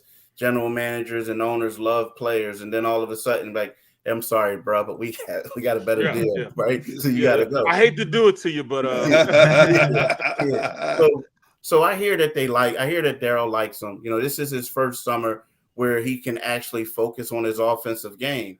But, from what I'm hearing is they're looking at it like he's a quality defender, but offensively he struggles. And in the playoffs, if you guys notice, whenever he was in there, they were basically playing 4-on-5. The other team, the guy would roam around, or he would double team someone else, and they were leaving him wide open to a point where they had to play offensive defense with him in the end. So I think like the Sixers love him. They love his defensive energy, but it's one of those things where offensively, if he doesn't improve, then he has to go. And here's another situation with him. He's up for an extension this year too. So, if not, he can opt in. They could do an option the next year, but it's one of those things. They got to hurry up and decide on what they're going to do with this kid. And if they're willing to trade him to bring in somebody that's going to have an immediate impact based on him just being a one-way player, then he can go if they get the right offer. I just don't know where this team is as far as, we haven't talked about Doc Rivers and how, everybody wanted to oust Doc Rivers in his coaching style. I think he did all right towards the end, but the beginning, man, it was horrible when he was trying to play guys that shouldn't have been on the court. You know what I'm saying? Why are we talking about DeAndre Jordan being on the court and trying to, and playing, with Embiid? Where is he in all this, in this mix of everything that's going on? We're not talking about Doc Rivers. We're not talking about, guys like, DeAndre Jordan being on the team, guys like George Niang, who's just he's just so one-dimensional. But Doc likes these guys. How do we go forward with Doc? I think a lot of that has to do with the things that the other players can't do. I think that when we talk about B-ball Paul, right? He's a great energy guy, but there was a time where he was struggling a little bit, with knowing. And I'm not going to say the plays, but where to be in certain situations, right? He just was always out of position. And I feel like when you have like a coach who's used to dealing with veteran players and guys like are always out of position, you kind of lose confidence in them and they go in the doghouse a little bit, right? Mm-hmm. So when you look at what Doc Rivers did, he's saying to himself like, okay, I coached DJ. DJ isn't close to the player he was for me with the Clippers. But what am I going to do? Like, am I going to put in, am I going to put in Paul Millsap, who's like shot a little bit over the hill, undersized, as a center? Am I going to play Charles Bassey, who's still young and maybe the moment might be too big for him? So it's like, hey, look, the team went out there and traded Drummond. They gave me Jordan as the backup. I'm just going to have to play him. You know what I mean? So, I feel like he just went with what was in front of him because of, some of the deficiencies that the other guys had. Now, you are correct. He did switch it up. But I do think that a lot of that has to do with the pieces that he had readily available to him. You know what I mean? Mm-hmm. And it was more of like lack of ability to make quality trades, the inability to get good guys in the buyout market, and this is what the coach was stuck with. I can't believe we've gone this far, but the Harden situation. What's your sense here, Keith? Does he opt in? 1, 2, are they going to extend him beyond that? What's your sense? Please no, please, please no. My sense is that he will opt in. And the reason being is because, I know the brother made 70-something million last year with endorsements and his contract. But I think, leaving $47 million on the table is kind of tough. Now, with that being said, I don't think that the Sixers, unless he's going to take a drastic pay cut, I don't think that the Sixers are going to pick up the option. I just don't. And the reason being is, they're not going to they're not going to extend him. That's what I meant to say. Beyond this year. Extend him because, you can extend him this summer, or you can wait until he becomes a free agent And if he's, plays to a certain level, you can offer him more years than anyone else. You know what I mean? So right now, I don't think that the market is as high for him as it was before he came here. So I don't think that they have to hurry up and like snatch him up right now for fear that somebody's going to come in and take him from him. I hope that's the case. Look, you can't do anything about him opting in, but I just fear. Look, Keith, maybe I make too much of this. I just fear that Morey is so obsessed with him that he doesn't see the shortcomings and will extend him. And we'll go get some report that, hey, we got a deal. It's only $35 million a year for 3 more years. And you're like, what? Like, that's really what I hope doesn't happen, man. I'm sorry. I know I'm not even asking you a question here. I'm just ranting, but that's my fear. That's kind of where I'm at. I got you. Yeah, and I was like, what, they're gonna say that's a bargain deal. Yeah, they're gonna say the hamstring's healed, and we got him at a cut rate deal. And I know that's where I just feel it in my bones, and I hope I'm wrong. I hope that's not what's gonna happen here. Hey Keith, when you look at the Sixers' current cap numbers, is there a way they can find a mid-level shooter and a mid-level tough guy without upsetting the financial apple cart too much? I mean, that's a bad pause, man. Crazy. I don't think they can. I mean, because so here's the problem. Like what they're saying is like, and again, I'm sorry I don't have all this stuff in front of me, but I'm just ad-libbing, so to speak. But let's just say if they go out and they get like somebody with one of their exceptions, or if they do a sign and trade, well, they can't go so high over the threshold, like the salary cap threshold. So it's like they're kind of like strapped. And believe it or not, I know this sounds crazy, but I don't know if they want to do this. But some people say the best bet for them to rebuild and get back on track would probably be trading Joel Embiid, because he's the only person you can get value for. But at the same time, if you do that, then you're basically handing the keys over to James Harden, and you don't want to do that. I mean, let's face it, Joel Embiid is the franchise, and I don't see them doing that. But I don't know, like, if you can probably, trade Danny Green's salary and then get another player for $10 million, and what that team would do would waive Danny Green, that could happen. But, I don't think they have a lot of options, and that's part of the reason why they're sending out these fillers to all these teams. Like, who do you want? Well, so that brings me to this question then. Can you win a championship with a center these days? I mean, I don't know, because the two teams that are in the playoffs right now that are still playing don't have really a dominant center. Is this just a guard-driven league now? Is Embiid just a dinosaur now that we can't win with him being the focal point of the team? Period. And that's funny, because everybody talks about that. Like how many? Like I was on the phone heading over. Like I'm over one of my buddies' crib. And I was heading over here. I was on the phone with another friend talking about, dang, how the two best players in the league can't get out of the second round, talking about Embiid and Jokic, right? So you look at it now, and you're seeing where some of these quality teams are like so undersized, or where they don't even have a center. So you're saying to yourself, like, maybe it still is a guard league. Like I know what Embiid and Jokic are doing, but it just seems like, right about now, if you don't have a great guard initiating your offense and setting other people up, it just seems like you can't go far in today's NBA. Now, Embiid is a great player, and so is the Joker, but the fact is neither one of them has gone far in the playoffs.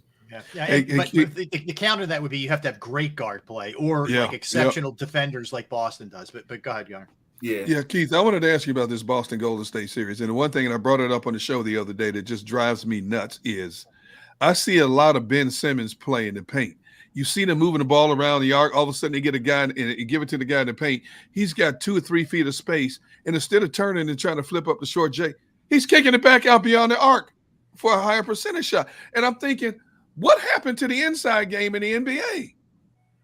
Yeah, it's a little different. I think that guy you're talking about, it's like, he's struggling. Like, is this the same guy that has more fouls and shot it and then points or something like that?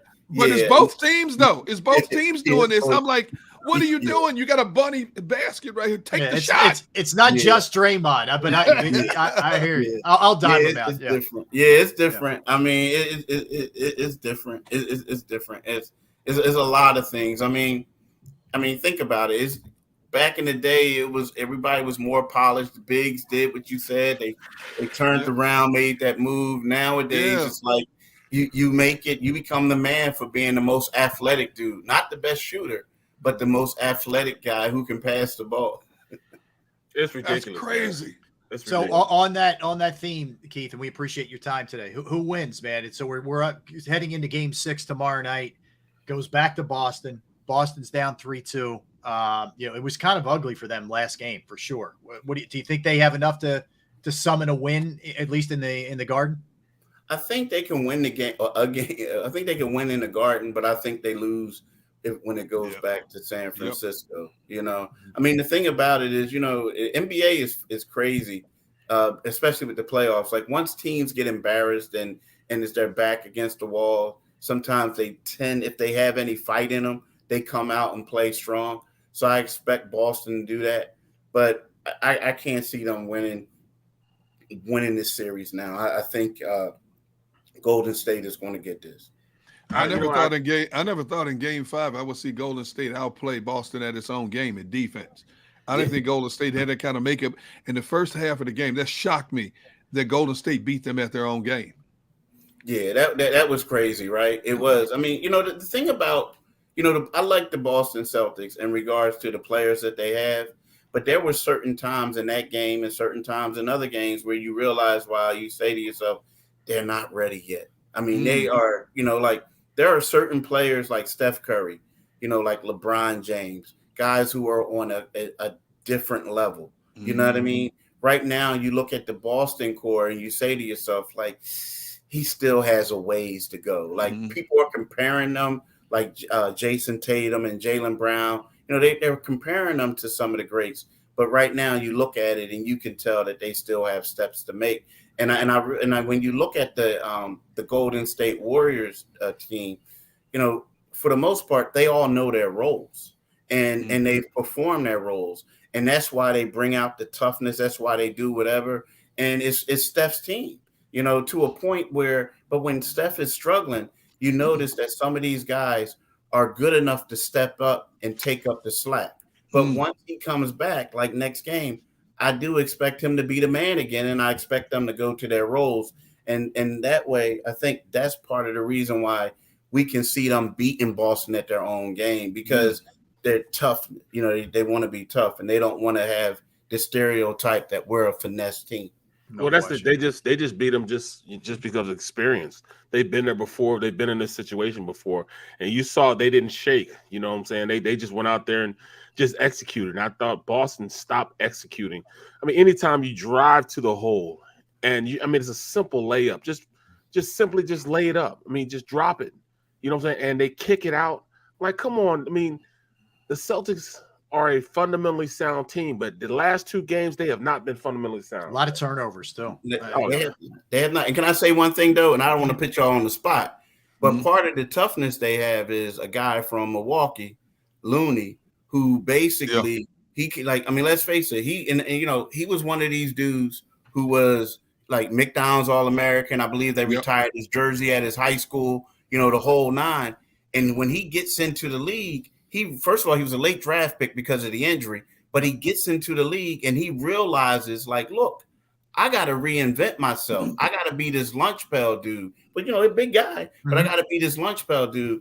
And I think that when you have a guy like that, and you also have Draymond, who people hate on, but he still knows what he can do and what he can't do, those are the things that propels you to a championship.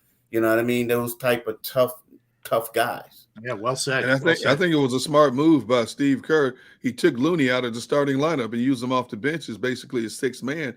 And they've started playing a lot better since he made that move. It helps keep him out of foul trouble too. He does commit. I like him, but he commits a lot of fouls quickly. Yeah. That's for sure. But you heard Keith say, "Where's Looney from?" Where's he from? Now here we go. I'm just saying, we just tough people in Milwaukee, bro. Did you really have to tee him up like that? We just mentally tough people in Milwaukee, man. What do you want me to say, bro? You should know better, man. I know, Keith. I'm a little disappointed in you. You should know better, Keith. Okay. Hey, the expert said it himself, man. Here mentally tough. That's what we all about in the Midwest, bro. I thought I was going to get a day where I didn't have to hear about Milwaukee, but suddenly I do. Hey, I'm just saying. Right. You know, hey, the expert, the analyst, he said it, right? All your we fault, have a confirmation. All your That's fault. what I love about him. He's honest, man. As the day is long, he's honest. I'm emotional right now. Go ahead. Keith, on that note, thank we apologize because Gunner will never stop. He will never stop. We apologize, bro. We know you have other things to do with your day, so we thank you for. Well, look, y'all. Thanks for having me, though. I really appreciate it. Thanks, Keith. Take care, man. Yeah. Always great to. Great information. And again, I follow him on Twitter. Follow him his work at theinquirer.com. He's an excellent reporter, man. Yeah, he is. I just don't. I mean, I think we've been forgetting about Doc, man, and how Doc really kind of screwed us up. I agree. Also, man. I haven't forgotten about it. I'm trying to forget, Barrett, but I can't. No, I'm with you. I know. I don't like. I can't give Doc a pass, man. Like we're this whole notion that give him an off season where he's got Harden here and all these guys to. Okay, I don't buy any of it, man. I just think he is what he is. You know. I don't know. I think the same thing. I think it's a scary thought. You know, Keith brought up a good point. There's a possibility. Do you get to a point where you trade Embiid? But if you trade Embiid, then you step out of that realm of one of the top 5, 6, 7 teams in the East. Yeah. You know what I'm saying? So it's like damned if you do, damned if you don't. But at some point, Embiid's going to get frustrated if this continues to happen. He's not going to bite his tongue. He says what he feels. Come rain or shine, he's going to say what he feels, and then the organization's got to make a decision. Do we want this going forward? Or do we have to go in another direction again? I don't think they're yet. I don't think they're there yet, Derek. Yep. But I think you and I were talking about this off the top. Yeah. If there's another second round exit, I don't think we're going to continue to see nice guy Joel. I don't either. See him start to get angry and feel like they didn't put enough around me. And I get you before. I'll get you before that. I can almost guarantee that halfway through the season, if he doesn't see a substantial upgrade of progress in Harden, you're going to hear him start chirping before even then. I'll say halfway through the season. I buy that. If Harden isn't playing up to expectation, he's going to be pissed. And by all rights, he should be. And he said it after the last game when they got eliminated. He's like, I know we all thought we were going to see Houston Harden. That's not what it is. When he's saying that, that's not us saying that. Right. Yep. That seed is in his head, man. He mentioned the word facilitator. Yeah, which was like, okay, he's nowhere near what he was, but I guess he's something. If Embiid's thinking that way, that ain't good. I can tell you that. All right, so we come back, guys.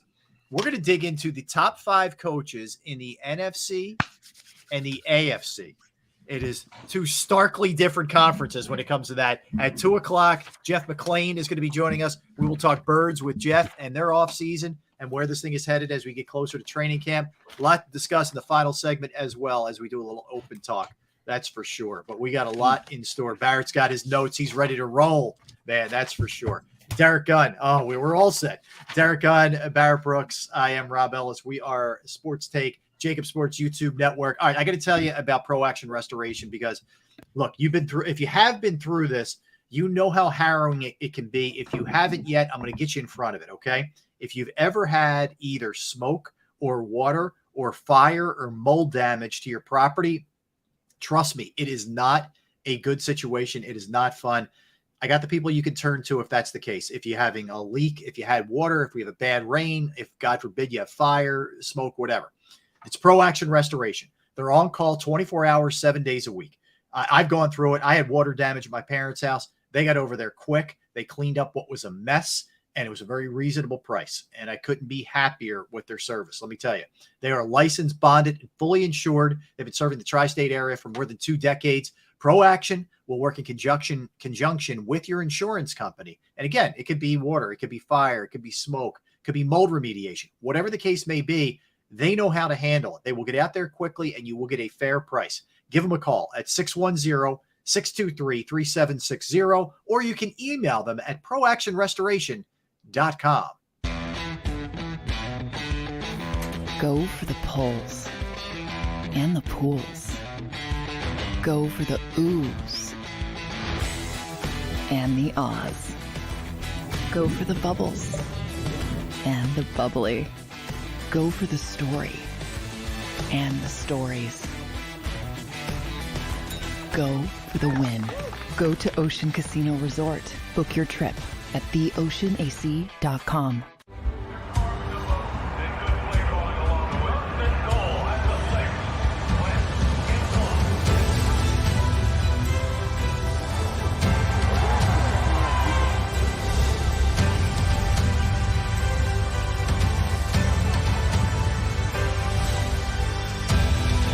On the field of life, First Trust Bank is there for you. Champions on three. 1, 2, 3. Because Philadelphia dreams deserve a Philadelphia bank.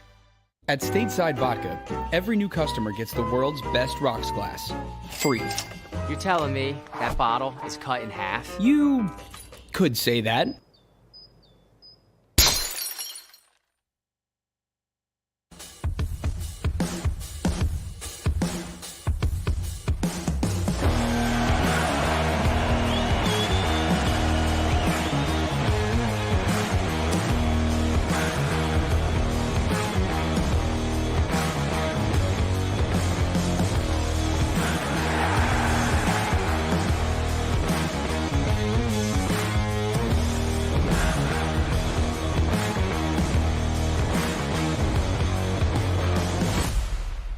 At Action News, we cherish every moment, and it's our profound responsibility to bring you closer to your world.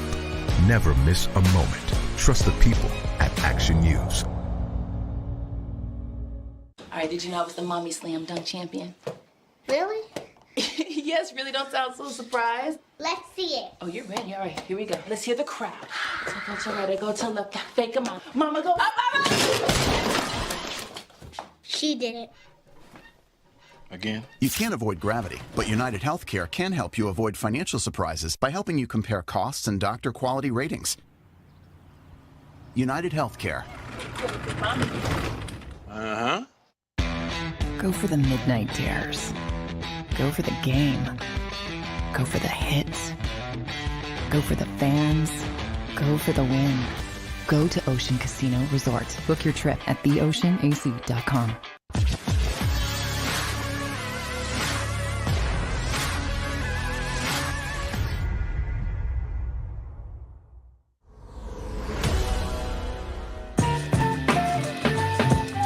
All right, welcome back in, everybody. Sports Day on this Wednesday. JAKIB Sports YouTube Network. By the way, you missed any of our interviews with our guests, whether it's Keith Pompey, if you can't make it for all of Jeff McClain a little bit later, Kyle Neptune yesterday, Tom McCarthy, Brian Mitchell, all the great guests, Michael Vick we had on the week before. No worries. Just go to JAKIB Sports YouTube Network or go to jakibsports.com and you can check out the podcast of all the interviews that we've done. And trust me, it is worth your while. We have quality guests and we have a lot of fun talking to them. That's for sure. All right. So Derek introduced this in one of our group texts that we have on a daily basis. We're either talking about the show or, busting each other's chops usually with our group text. But I never bust chops, by the way. No, Derek doesn't do that kind of thing. He's above that. He's opposed to that kind of stuff. Thank you very much. You're welcome. So one of the things, my nose is growing. One of the things that you threw out there, which I thought was really cool, because I'm thinking about it, I'm like, all right. So it was top 5 coaches in the NFL in each conference, in the AFC and the NFC. So this morning, I'm pre-show, just kind of doing some research and digging around a little bit. All right, let me throw my list together, right? Yeah. So I'm like, let me just do the AFC first. I'll get to the NFC in a minute. So I go through the AFC and I'm like, man, this is tough. There's a lot of good candidates here to narrow this down to, 5 or whatever. And I always just, after I get past my 5, I throw a couple extra that could have made the cut that didn't. All right. So it was a challenge in the AFC. Man, I went to the NFC and I'm like, this is horrible. This is horrible. I mean, to the point where I literally have 1, 2, 3, 4, 5. I have Nick Sirianni as 6th. And no disrespect. Oh my to goodness. Nick. He shouldn't be 6th on a list when he was 9-8 last year in his first year and got killed in the first round of a playoff. but that's where I had him. Anyway, so I usually go first, but I'm going to let you guys go first on this one. You can take whichever conference you want. Let's hold the NFC, okay? Let's start AFC, just for the sake of our discussion. Whoever wants to take it, Barrett, you can take it first if you want, man. Barry, you still writing, or you're muted, man? I'm still writing. I'm just going through and I'm checking, and I was going to switch guys, and I said, no, I got to stay with this list. And then I'm like, no, I can't go, because you can't necessarily go by list of their record. You can't go off your list of the, I know it's a combo. It really is. It's a combo field of both. So when I look at this list, I'm going off not just what they did last year, but also who they have been. So, of course, I mean, number one, probably the best coach in the NFL period is Belichick. Yep. Yes. So I got him at number one. Number then one, of course. Yep. Of course, I got to go Big Red after that. Mm-hmm. You know what I'm saying? Yep. Mm-hmm. Then after that, it gets dicey, because two coaches that have had success, I think these two are interchangeable with the Steelers and the Ravens. Yep. So I'm gonna go Tomlin and Harbaugh, and I'm gonna keep them in that order. I'm gonna go Tomlin and then Harbaugh. But then number 5 is so tough, man. Mm-hmm. I mean, it is. And I only went with Frank Reich because I think with these new, with their new quarterback and them going forward, if they'd have had a better quarterback, if Matt Ryan was there last year, they'd have probably made it to the championship game. I don't know if they necessarily beat any of those two teams that were up there. I doubt seriously if they'd have beat Buffalo. But I put Frank Reich as my number my number 5 team. Even though I'm looking at Bills, come on, man. How do I not put Bills head coach in there? You know what I'm saying? But I think I like Reich a little better.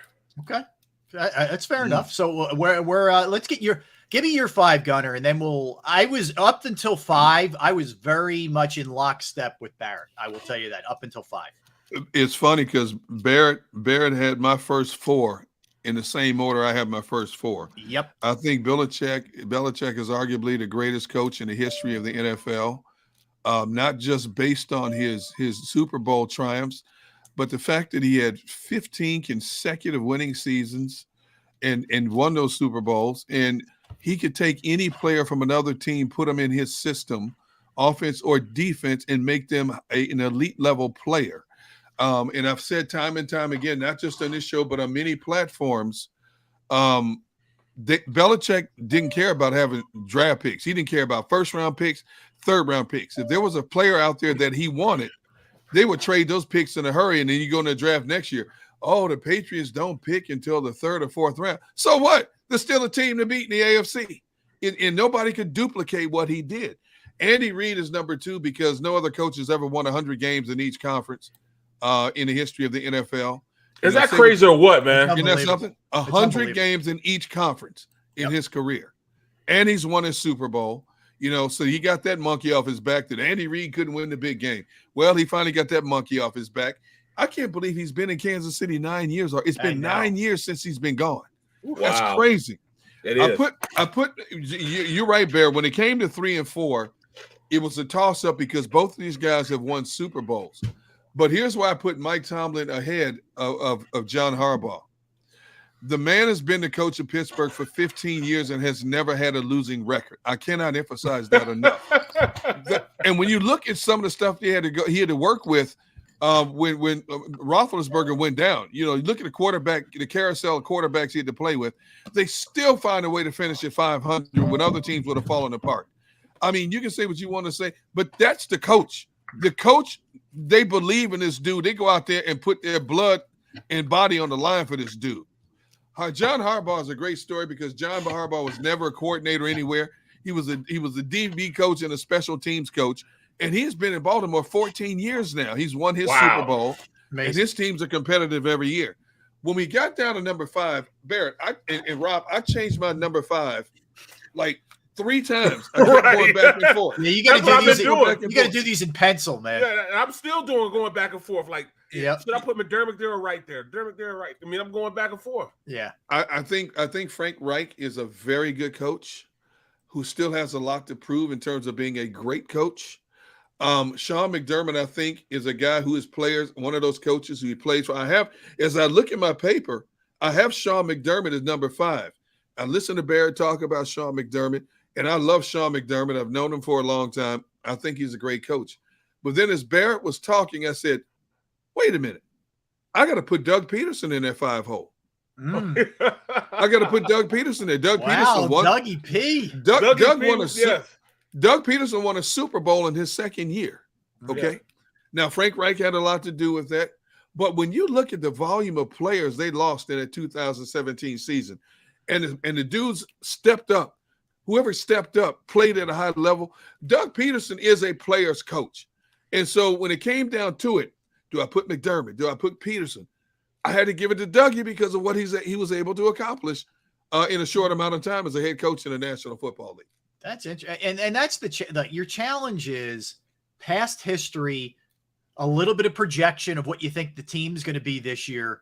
Right. Versus, I mean, that's what you go back and forth on, and that's what makes it so hard. But okay, that's interesting. I honestly didn't consider Doug. I'll be honest with you. Like I just didn't even consider him. Look, I went with Belichick for every reason you guys laid out. I don't think I need to expand much on, That's pretty good too. East Side Monsters put, are we just talking about head coach or coaching staff? I think we're just going to go head coach. Head coaches. Yeah, just head coaches. Yeah.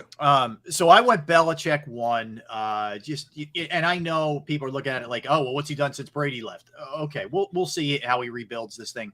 I personally don't think he doesn't. Like you were able to overcome not having unbelievable skill position players because you had Brady. I think he needs to wise up to that, but we'll see what happens. Yeah, but they finished 10-7 last year, right? With Mac Jones. Okay, see what I'm saying? I know. So, I agree with you. Yeah, you can't overlook that. I don't know if he'll ever win another Super Bowl, but he finished 10-7 with Mac Jones as his quarterback. It's a game better than the Eagles. Didn't they win a game without throwing 10 times? Yeah, the windy, cold night in Buffalo. In Buffalo, yes. Unbelievable. Come on, man. Yeah. Look, the guy, you can hate him, and I get it why people do, but you have to acknowledge him. It's incredible what he's got. And not to mention the longevity. This guy's been coaching in the league since 1975. Yes. Okay? Yeah. And is still, as fired up today as he was in 1975. It's crazy. So that's Belichick. Andy Reid absolutely is number 2. I mean, the track record speaks for itself. What he did with the Eagles, what he's done now, he's won a Super Bowl in Kansas City. He's been close, numerous times. The way he develops his quarterbacks, what Mahomes is, and I think he's actually kind of in a weird way looking forward to the challenge of not having Tyreek Hill and showing people. I think Mahomes is too. What that offense is still all about. So, yeah, Big Red is number 2. I actually put Harbaugh 3. Guys, believe it or not. I just think, much like Tomlin, the incredible consistency every year with that team. Look, they had insane injuries last year at the running back spot, at the secondary. They had crazy injuries. I think this year, if they're healthy, and again, everything kind of hinges on that. I think watch out for Baltimore in the AFC. They're going to be tough. Yeah. Now, Lamar Jackson's got to show you in a playoff game, deep in the playoffs, what he can do with his arm and all those kind of things, especially if they're losing. But I have Harbaugh at number 3. I have Tomlin at 4. I can't respect the guy more than I do Mike Tomlin. Just the ability to keep it rolling. This year's going to be fascinating without Roethlisberger because they're so closely associated, those two. I know he was there, Barrett, with you when it was still Cowher, but it's Tomlin's his guy. It's like Andy Reid and Donovan McNabb and Andy Reid and Mahomes. But every year they're good on defense. I just love the culture of the Steelers. I respect what they do. So I put Tomlin there. I would go McDermott 5. I got to give that dude love. I know it's a stretch. I put him there at 5. Some of this is projecting to what I think the Bills are going to be this year, but he's built a really solid team. The way they've developed that quarterback who looked like he could go either way after the first year or so, and he's gone the right way. And he's just a calming influence. McDermott is the knock I would have on him is in a couple of big games in the postseason. I think he's been badly outcoached, like that Kansas City game and those kind of things. So he needs to show me that this year before I totally buy into it. This is where you guys are going to think I'm nuts. And I know I'm beyond my 5, but if I had to go with a 6th, I might throw Zach Taylor in there. Yes, with what he's done in Cincinnati. It's him or Vrabel for me. No offensive line, and they get to the Super Bowl. Yeah, and look, you could argue Vrabel because they've been good, haven't been great. I mean, they were a 1 seed last year who didn't even get to the conference final, but he's done a nice job there. Then you start thinking, that's where, Barrett, I start dipping into Reich and then like Stefanski. There, you start to sort of fall off after round 5 with this list. You muted, B. Well, guys, look at this though. Out of the 4 out of the 5 coaches, each one of you guys pick, there's only probably one, and probably not even full-time coach that called their own plays. Right. You know what I'm saying? So it's not a necessity that your head coach has to call plays. It's a good point. You know what I'm saying? And that's why it's not a big thing for me that Nick Sirianni doesn't call his own plays. Right. You know what I'm saying? It's not that serious to me. Yeah. In fact, when he stopped calling the plays, that's when, stuff got better when he stopped calling the plays. Yep. Yeah. So, it's not a necessity. It doesn't make you not a good head coach, or doesn't make you a guru as a head coach because you don't call plays. I think it's like this. Everybody's saying, "Oh, you got to call your own." No, you don't. No, you don't. You know what I'm saying? Just be consistent. Hire guys below you. You got to hire a brain trust, bro. You got to have a brain trust. Yeah. As long as you have a brain trust, you're good. And trust. Trust is a big part of that. And delegating and having the confidence in yourself to be able to do that. So I give him props for it. In fact, exactly. I look at the guys we left off the list. I think Josh McDaniels is going to have a good measure of success. I think Josh McDaniels, is one of the more creative minds, offensive minds in all of pro football. I think Nathaniel Hackett's going to have a good measure of success. Zach Taylor took a team with no offensive line to the Super Bowl. Mike Vrabel's a very good coach. Frank Reich's a good coach. I think Brandon Staley's a good coach. Yeah, but they still have a ways to go. I think, believe it or not, I think Kevin Stefanski is a good coach. I do too. That's what Rob just said too. Yeah, I like him. I think he's in a weird spot, man, with all this stuff. But I like him as a coach. Well, can I give you my AFC coach that you love to hate him, but I really did. There's gonna be some, and I picked these guys really to win their division, and that's Josh McDaniels. Yeah. Yep. I think they're gonna win a division. I think they're gonna win the West. Yes, they're gonna beat out Kansas City. Ooh. Whoa. And Denver. And the Chargers. And the Chargers, yes. Ooh. They're my team to beat. Oh, man. I think the Chargers, but I can't go with the Chargers. They keep choking. I can't. They're probably right there for me in terms of like interesting teams. Like what this is going to look like now with Devontae Adams, with that offensive mind and McDaniels. Hunter Renfrow. Yeah, I mean they have and Jacobs can run the ball. Yeah, they're going to be interesting. And Waller, they have a lot of good offensive players, man. Right. They do. All right, that's interesting, Barrett. All right, so the NFC, man, is a completely different ball game here than the AFC. I will tell you, I got past McVay, and then I'm like, ugh. I'm a mess. I'm a total mess after that. I went Shanahan 2, LaFleur 3, Pete Carroll, Rivera are my top 5, and I don't feel good about it. Other than McVay, I don't feel good about any of it, frankly. Bro, all right, so I'll go first again. All right. It was tough, man. It was tough because, once again, you can't go by records. But, of course, I'm going to go with McVay because they just won a Super Bowl. I'm going to go with McVay first, number 1. But then I'm going to go LaFleur. He changed things around, man, and with the Packers, and understood that he can't be that guy, that he has to let his quarterback lead the way. And he's allowed them to do it, and they've been successful with it. But number 3 is kind of different because he was a head coach with the Jets before and didn't have any success. So I thought he was coaching there with his hands tied behind his back because they're a train wreck with the Jets. But Todd Bowles, I think, will have a great season with the Buccaneers. Interesting. A great system, because he got the best quarterback in the world. You know what I mean? Number 1. Offensive weapons, great defense. And we know he can call defenses. You know what I'm saying? So I'm going to go. I think he'll be better second time around as a head coach, too. Yeah, I think he deserved this chance after what he went through with the Jets. Agreed. Totally agreed. No, and he survived. That was a cesspool in New York. Yeah, he had no shot in New York. No chance. All right. And then next, I'm going to go with our own Nick Sirianni. I'm going him number 4. And number 5, a shot in the dark. I'm going Dennis Allen. I think the Saints are going to be a pretty good team next year. So you're doing a lot of projecting. Like you're projecting. That's what. Okay. I'm it's a combination of everything. Yeah. I get it. So my projection is, that Sirianni, Dennis Allen, Todd Bowles, LaFleur, McVay, all playoff teams. Okay. Okay. Okay. That's 5. Yeah.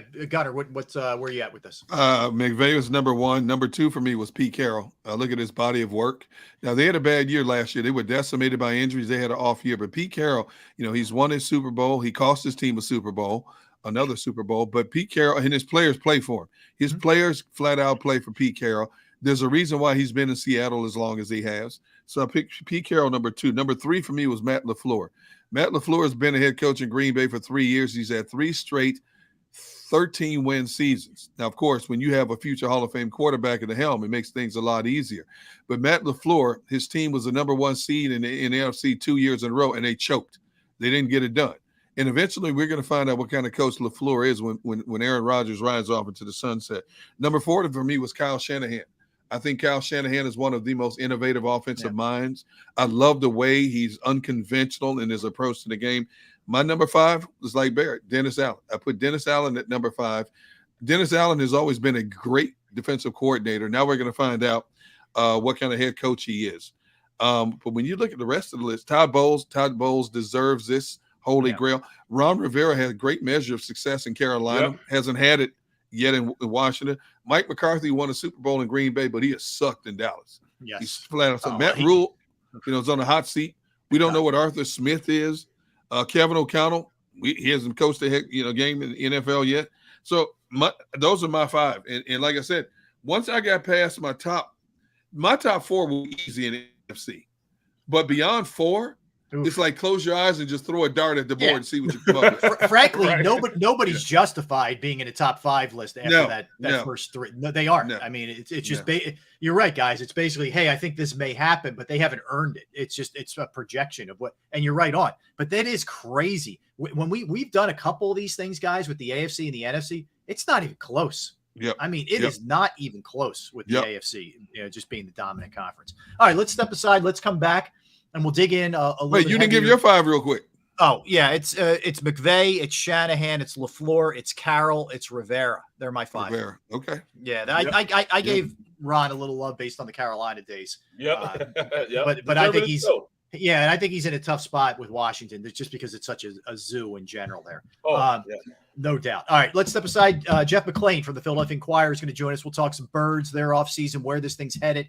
As we are now, July 26th. Today's the 15th. We're about 42 days away from training camp. But who's counting? Yes, Derek Gunn, Barrett Brooks, Rob Ellis. We are Sports Take, JAKIB Sports YouTube Network. Go for the polls and the pools. Go for the oohs and the ahs. Go for the bubbles and the bubbly. Go for the story and the stories. Go for the win. Go to Ocean Casino Resort. Book your trip at theoceanac.com.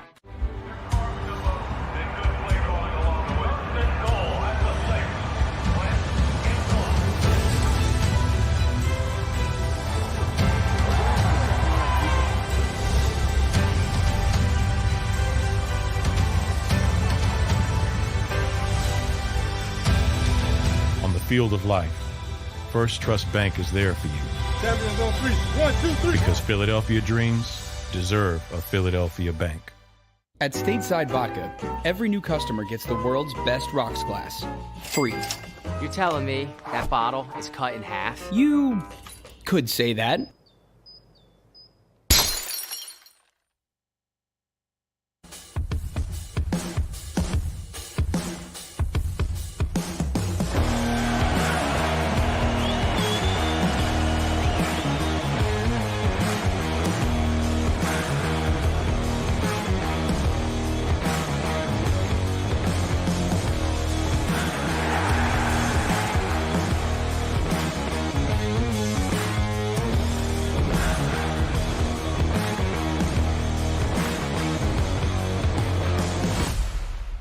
At Action News, we cherish every moment, and it's our profound responsibility to bring you closer to your world.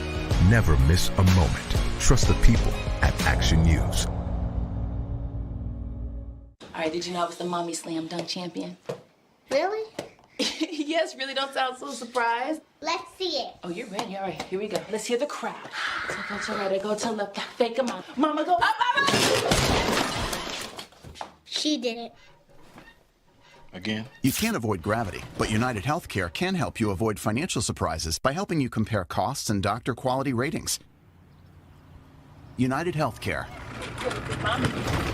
Uh-huh. Go for the midnight dares. Go for the game. Go for the hits. Go for the fans. Go for the win. Go to Ocean Casino Resort. Book your trip at theoceanac.com.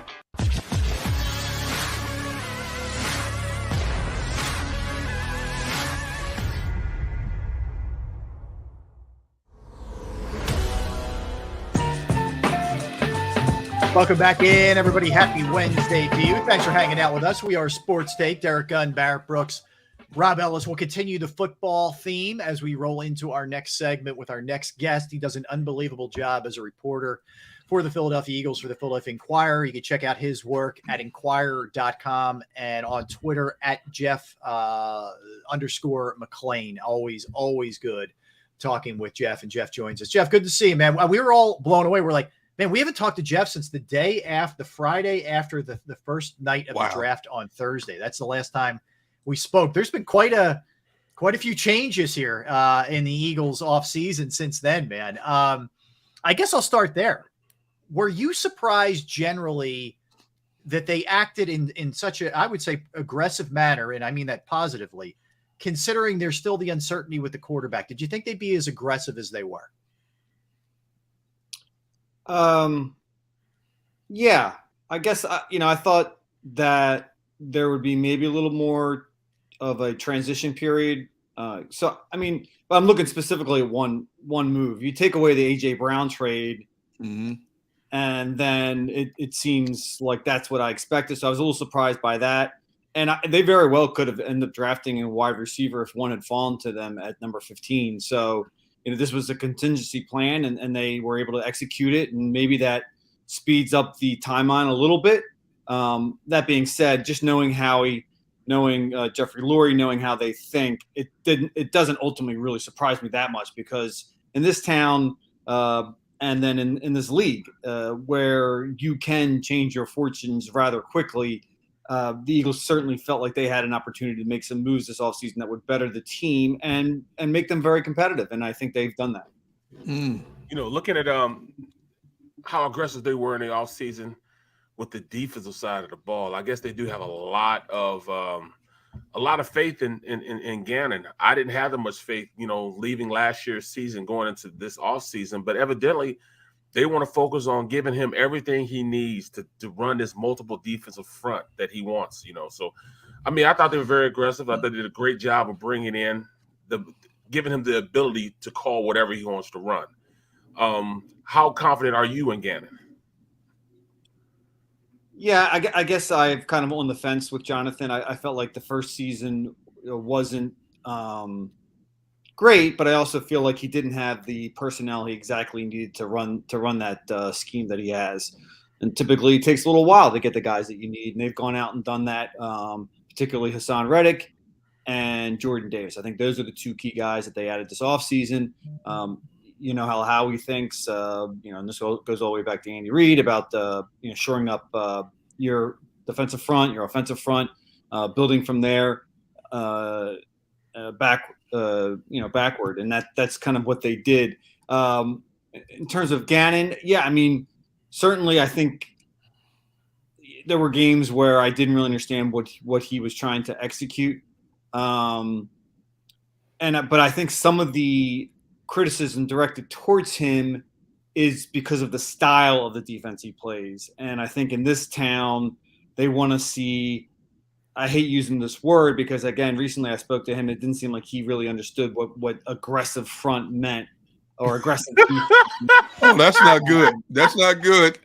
Well, I think he felt like I think he felt like it's a cliche in that it's defense. You're going to play aggressively.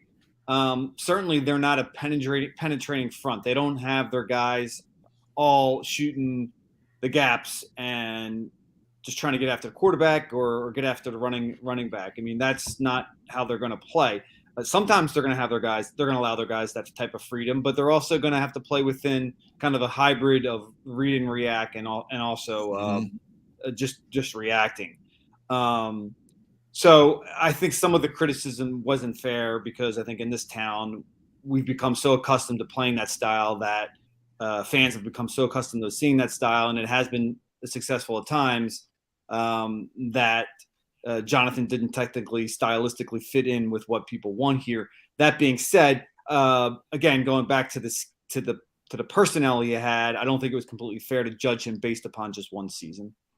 Just stay with him for a minute, Jeff. Do you think it's going to be a hybrid scheme that they run, or you can see more 4-3, more even front, more odd front? How do you think he's going to handle with the skill set now that he has along that defensive line? I mean, I think it's going to be a lot of what we saw last year. There's been questions or narratives that, he's going odd man front. Well, he was odd. I mean, they were odd man front and base all last year anyway. I don't see how that's going to change. And when it's passing downs, you go 4-man front and you allow your guys to rush the quarterback. I mean, that's kind of what most 3-4, and I don't even like using 3-4 anymore because there's really more of a 5-2 front. Base personnel. That is essentially what I think we'll see. 5-2 with Davis as your nose guard, Fletcher and Javon Hargrave as your 4-eye techs lined up next to him, and Hassan Reddick and Josh Sweat as your starting outside linebackers. I mean, certainly there'll be other guys mixed in and out of there, right? But that's going to be your starting 5 up front on base personnel. Certainly as the season goes on, some of these new guys, he's got to figure out how to play their skill set. There could be some change in terms of how he runs his personnel. But to me, the bigger question is what's going to happen in the secondary. Schematically, that is really, to me, the bigger question. Is getting someone like James Bradbury going to allow him to play a little more. Obviously, he's going to always play a lot of zone, but is he going to be able to disguise better and be able to kind of utilize his skill set to not be so predictable in terms of his coverages? That, to me, is the bigger question. Jeff, when you look at this team as a whole, and on paper, they look significantly improved, but there's so many question marks, as you just mentioned, the secondary, the safety, the quarterback obviously is a big issue. Does this team try to make you scratch your head and wonder, I can't figure out at this stage what this team is or is not? On paper, they're better. Yeah. And you look at the schedule, it's not as hard as it was last year. They don't face as many top-tier quarterbacks as they did last year. So if you're asking me on paper and you expect Jalen Hurts to maybe take a step forward, although I don't know if that's guaranteed by any stretch of the imagination, I would say that they're a good team. They have the ability to be a good team. Were they a good team last year? I mean, they went to the playoffs. They went 9-8. That schedule was really beneficial down the stretch, but they also had a very difficult schedule in the first 7 games. I think they were kind of mid-tier, maybe leaning towards being a good team. That being said, as you mentioned, the quarterback is still a serious question. We don't know how much better he's going to get. We don't know how he's going to respond to the defenses seeing a year of him. We don't know. We don't know, certainly, as you mentioned, how the secondaries can perform with, Anthony Harris and Marcus Epps as your top 2 safeties. I think even of the guys that you acquired that you say, okay, these are good additions, there's still questions about him. Jordan Davis, I mean, okay, he's a first-round pick. He's phenomenally athletic and talented, but we don't know really how he's going to perform. We don't know how ready he's going to be. A.J. Brown is a very good top-tier receiver. That being said, was he worth what they gave up for him? Are there concerns about the knee? How healthy is he going to be? He's missed 7 games over the last 2 years. So to me, there's still a lot of Kaiser White, you got a great deal for him, but why weren't other teams in on him? So to me, there's still questions. I look at all the additions that they made and say, yes, these are good moves that they made on paper. But I could also, on the flip side, say, well, there are still questions about how productive they could be playing here in Philadelphia, or are they going to reach the kind of the expectations that many people have already laid out for them heading into 2022. You muted there. I heard all that, and I'm saying, is it the coaching that you're not confident in, or is the player themselves fitting in the system that you see that you don't have enough confidence in them, or you don't know what they're going to do yet? That's a good question. I think there's still questions about the coaching. Okay. Yeah, I thought Nick did a nice job down the stretch last year. Yeah, clearly we've talked about or written about so many times, just about changing, going from pass happy to more run-based offense and playing more the skill set of your players there. Certainly, they're not going to try and do that as much this year. You got to get AJ Brown. You expect Devontae Smith when you're older. Dallas Goedert to be your, now he's the guy at the tight end position. You still have a strong offensive line. Jalen, you expect him to take a step further in his progression. So you're going to try and do that. But again, are we going to see the same thing again this year, that Jalen just can't play to that level? And then they're going to have to revert back to being a run-based offense, which is fine. There's nothing wrong with that. You can win that way. But long-term, does that give you the best odds for being a sustainable playoff-worthy type of team going forward? I don't know. Hey, Jeff, how do you see the tight end position playing itself out behind Goddard? It's a good question. Tyree Jackson is, coming off the torn ACL that he suffered in the last season, regular season game. He's been out there doing some things. He's got a knee brace on, but not really much of anything. So I'm not really sure that he'll probably start the season, the training camp on PUP, and maybe open the season, maybe still on the physically unable to perform list, which would take him out until week 7. So then you have the rookie, Cal Cetera, you have Jack Stoll, you have JJ Arcega-Whiteside maybe making the transition from wide receiver to tight end. So yeah, you don't have an obvious number 2 at that position. That being said, I think that reflects the Eagles thinking that they're going to be just this heavy 11 personnel offense, and you should be. You have 3 good receivers at the top of your depth chart. And they wanted to be that last year, and for some reason they held on to Zach Ertz longer than I think many of us expected them to hang on to them. And you saw at some point that maybe that was better for them. But if Dallas gets hurt, you're concerned. But if Dallas is fine and they run a lot of 11 personnel, I don't expect there to be any concerns there. Jeff, what are your this is a general question, but what do you expect out of this team? Are they a mystery to you because you don't know about the quarterback? There's some changes here, some additions, usually when there's maybe not the same kind of continuity. What are your thoughts on what they are going into this season, considering the moves they made this offseason? Yeah, I think that's fair to say that they're a little bit of a mystery because they did make not significant moves, but they did make a fair number of moves. And again, we don't know how they'll fit in. We don't know how the rookies who we're expecting all of a sudden to perform from day one, like Jordan Davis, how he'll performed. And then, of course, the quarterback it's become such a cliche to talk about Jalen Hurts and how he's the one guy, the mystery guy. But I think that's just where we stand with Jalen. I mean, last year was his first full season as a starter. He certainly, I think, showed that he has the capabilities to start in this team, start in this league for a long time. I think he has to go out there and still prove a lot. That being said, and this has been mentioned many places, and maybe the first thing that he mentioned when we spoke to him after the final game last year about 2022, this will be the first time since high school, I guess, that he's in the same offense for the second straight season. He's, we know about him going out to Southern California, working on his mechanics.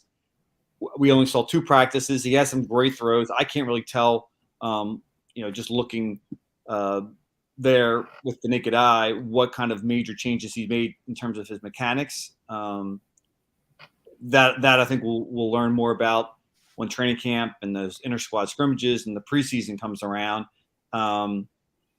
that being said, it was 7-on-7. There wasn't really much competition in terms of how he performed in that regard. Look, I'm a Jalen guy. I think he can be a productive starter in this league. The question for the Eagles, and you look at his contract situation, what else could be there for next offseason, is whether you're willing to make that investment beyond just his rookie contract. And I think that's a very valid question to be asking at this point. Hey, Jeff, when you look at this entire roster, from the holdovers to the new additions by way of free agency and the draft, give me one or two players that you will be watching real close when training camp rolls around. Hassan Reddick. Again, I that's a good signing. I felt like for them to come out of the gate, they needed to improve their pass rush. This is a guy that's got double-digit sacks in the last 2 years. That position that last year they probably weren't, they weren't stacked. You had Jannard Avery there, and that hurt them at times. So I want to see how he performs in this scheme. It's not really, it's sort of like what he's played in before, but I want to see how he looks after getting also a big contract, and a big contract after that one beyond. I think these last few years he's signed 1-year deals. This would be a long-term contract for him. So I'm interested to see how Hassan looks. I've already mentioned Jordan Davis. Will he be able to step in right away and be that kind of, that big man in the middle to free up? I mean, that position is really important in terms of what they can do schematically and how many guys they have to commit to stopping the run versus, how many you have on the back end in terms of your safety use. And then AJ Brown. I mean, look, that was a bold move. You gave him a huge contract. You passed on certain receivers or other players that you could have taken at that spot and had them under contract for an extended, had them under a rookie contract for the first 4 or 5 years. There was a lot made of what receivers were getting this offseason and the whole kind of, okay, do you pay do you draft one of these younger guys that you have on a rookie contract? And there's some really talented guys in that draft. Or do you go and pay one of these top tier guys that have already proven themselves, but look at your salary cap, you're devoting a lot to that position. And historically, I don't know if wide receivers, if you're ranking positions, where wide receiver ranks in terms of importance of winning a championship. And it surprised me a little bit that Howie was willing to kind of roll the dice there, based previously upon what they've invested in that position before. Jeff, a lot of people think Nakobe Dean's going to be a 3-down linebacker right away. Do you sense that, or what do you think his role is going to be at least early on here with the Birds? Yeah, I'm kind of surprised that people all of a sudden just pencil him in there. He's a rookie. I know he played at a high level. He played in the SEC, but that position, there's a lot to learn. That is a difficult position to step into because you have so many responsibilities. And then also you have on top of that all these concerns about his injury history, and I think he has the labrum or whatever it is. Yeah. No, he has a pectoral. The pec, yeah. The pec is the concern with Nakobe. He's also a little bit on the smaller side. We saw a little bit of him during the 2 practices, the OTAs. Not a lot to really kind of make any conclusions about how he'll perform this year. So the main starters were TJ Edwards and Kaiser White. You saw a little bit of Davion Taylor slipped in there, and Nakobe Dean jumped in there as well. But I think that's a lot to ask of him to all of a sudden make him your 3-down guy. I don't know. Am I missing something here? I mean, it feels like a lot to me too. It feels like a bit of a jump early. I mean, he might get himself acclimated by week 8, but it feels like a lot for week 1. Maybe. I mean, he's supremely talented. I mean, if you watched him with Georgia and what he did, he's a smart guy. I don't think understanding defense is going to be a problem for him, but just the speed and then all of a sudden seeing these things for the first time, I just don't know why you'd throw him in, throw him to the Wolves starting from week 1. Well, the other thing that I know you've written a lot about this and talked a lot about this, but we haven't had the opportunity to talk. There was some movement a while back, but we've seen a lot now. Crazy turnover here, Jeff, in this front office, and Howie, obviously still standing, but a lot of departures. Some names that people are familiar with, some not so much, and some people elevated from within, some not so much. Is this just, hey, they've had a successful organization, they've hired the right people taking better gigs, that's life, or there's more to it? I think it's mostly that. You saw Ian Cunningham and Brandon Brown leave in January for assistant GM jobs. They were director level guys in personnel for the Eagles, and that was going to happen. I think the Eagles maybe were a little surprised that the Brandon one happened when it happened. I think they knew that Ian was probably primed to go. And then they lost Catherine Rach, who's young and relatively new to their organization, but it wasn't a huge surprise that Andrew Barry, who she worked under when he was here in Philadelphia, that he would take her for an assistant GM job. The Andy Weidel one to me is the big one. Because he was the vice president of player personnel. That was deemed basically the kind of the second in command, Howie Roseman's lieutenant in terms of personnel. And the fact that he pretty much took a lateral move to go to the Steelers as their assistant GM. I know there's been some that Omar Khan was named the GM to replace Kevin Colbert there, and he comes from more of the business side, and people feel that, oh, okay, Andy can head personnel there and make the picks and that sort of thing. But that's not the understanding that I get in terms of how Omar wants to run that organization. And then, of course, you have Mike Tomlin, who's been there for a long time. So don't tell me Mike Tomlin isn't going to have a say and maybe the say in terms of personnel. So to me, that was a lateral move. And, I've written about it. I think Andy was frustrated with his role and maybe how he wasn't as influential in terms of what Howie did. As Joe Douglas, who was his predecessor in that role. And certainly, there were other reasons for Andy taking that position. You got to start with the Steelers organization. He's from Pittsburgh. I think maybe culturally he's a better fit there. But that allowed Howie to kind of free things up. I don't even know. Honestly, I don't even know if Andy would have been back, or if he was back, would his influence been even less than it was prior. So this allowed Howie to kind of reshift and remake the front office and to change titles. Now you have two assistant GMs. This would seemingly prevent those guys from being taken for other jobs, because those are football operations guys. That's Alec Halaby, who's the analytics guy, and that's John Ferrari, who's more of an administrative guy. I don't think either of those guys are going to be anyone's list to become a GM. So Howie doesn't have to worry about losing those guys. And then he brings in a bunch of new guys at director level or VP level positions in personnel, and those guys have the ability to kind of ascend into Andy's role or become an assistant GM if another team wants to come in and poach those guys like they did prior with Ian Cunningham and Brandon Brown. Hey, Jeff, I'll take it a step farther, because I've said it openly. I think some of the moves that have been made were opportunistic moves to elevate their roles, but I think there's something to some people may want to have gotten from under Howie's umbrella, so to speak, just basically had enough of dealing with the way Howie does things. I'm not trying to start any controversy, but, we know what Howie can and cannot be sometimes. And I just think some people, when and I think what made me bring it up was the fact when you said for Andy Weidel, that was somewhat of a lateral move. Yes, he's from Pittsburgh, but position-wise, it's somewhat of a lateral move. And I think there's maybe a little bit more to this than any of us know at this particular time. Yeah, I mean, like I've reported and written a lot about Howie. I mean, he's not always the easiest guy to work with. Right. I think he would probably be the first to admit that. I'm not saying that he's a tyrant. Right. But, I mean, look, he has final say. And it all kind of comes down to him. But there had been frustrations in that front office on both sides, both in football ops and personnel, in terms of how voices were heard and decisions were made. Mm-hmm. You're going to get that.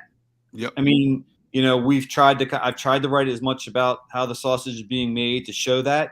But that being said, you're right. I mean, look, there's no opportunity here beyond whatever level these guys are, for the most part, in terms of being responsible for personnel. Mm-hmm. Howie isn't going anywhere. Jeffrey Lurie trusts him more than anybody in that organization. Yep.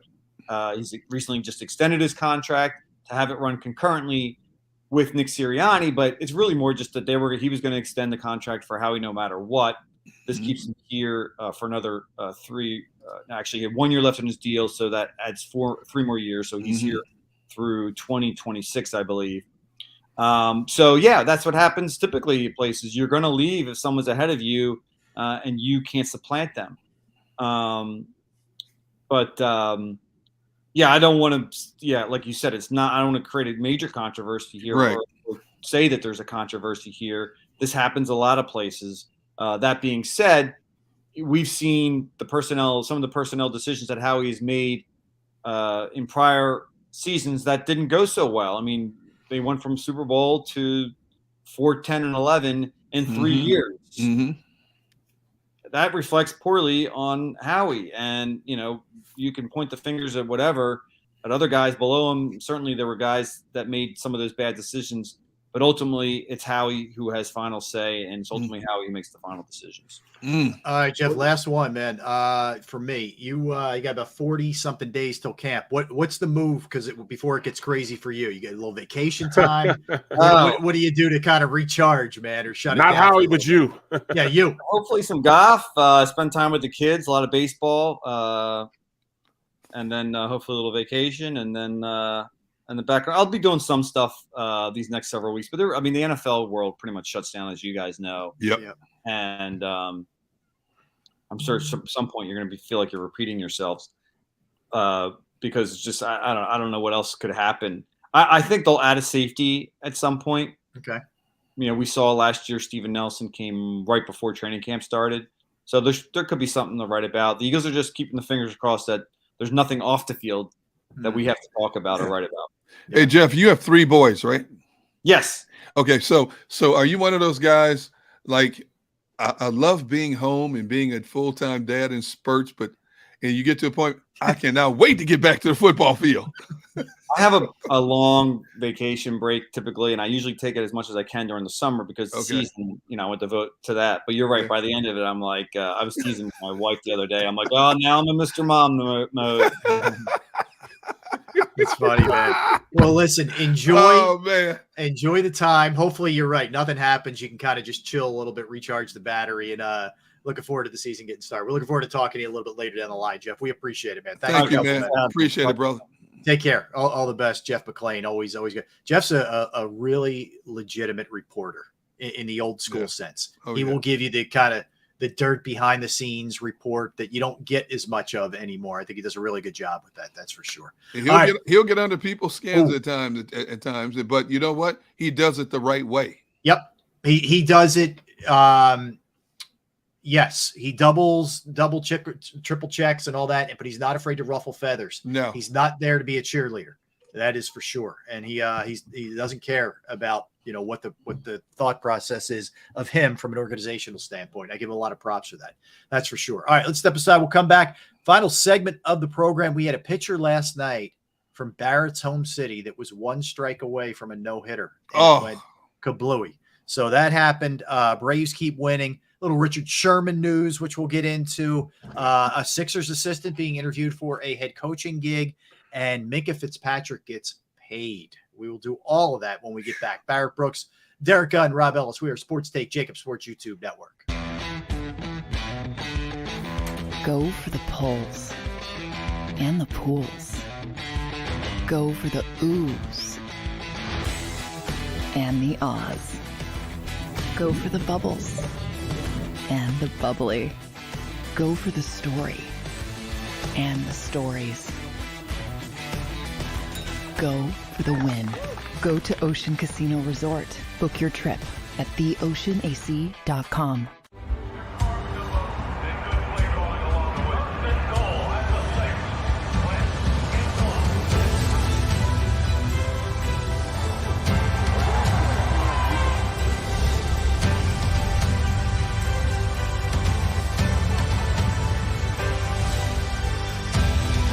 On the field of life, First Trust Bank is there for you. Champions on 3. 1, 2, 3. Because Philadelphia dreams deserve a Philadelphia bank. At Stateside Vodka, every new customer gets the world's best rocks glass, free. You're telling me that bottle is cut in half? You could say that.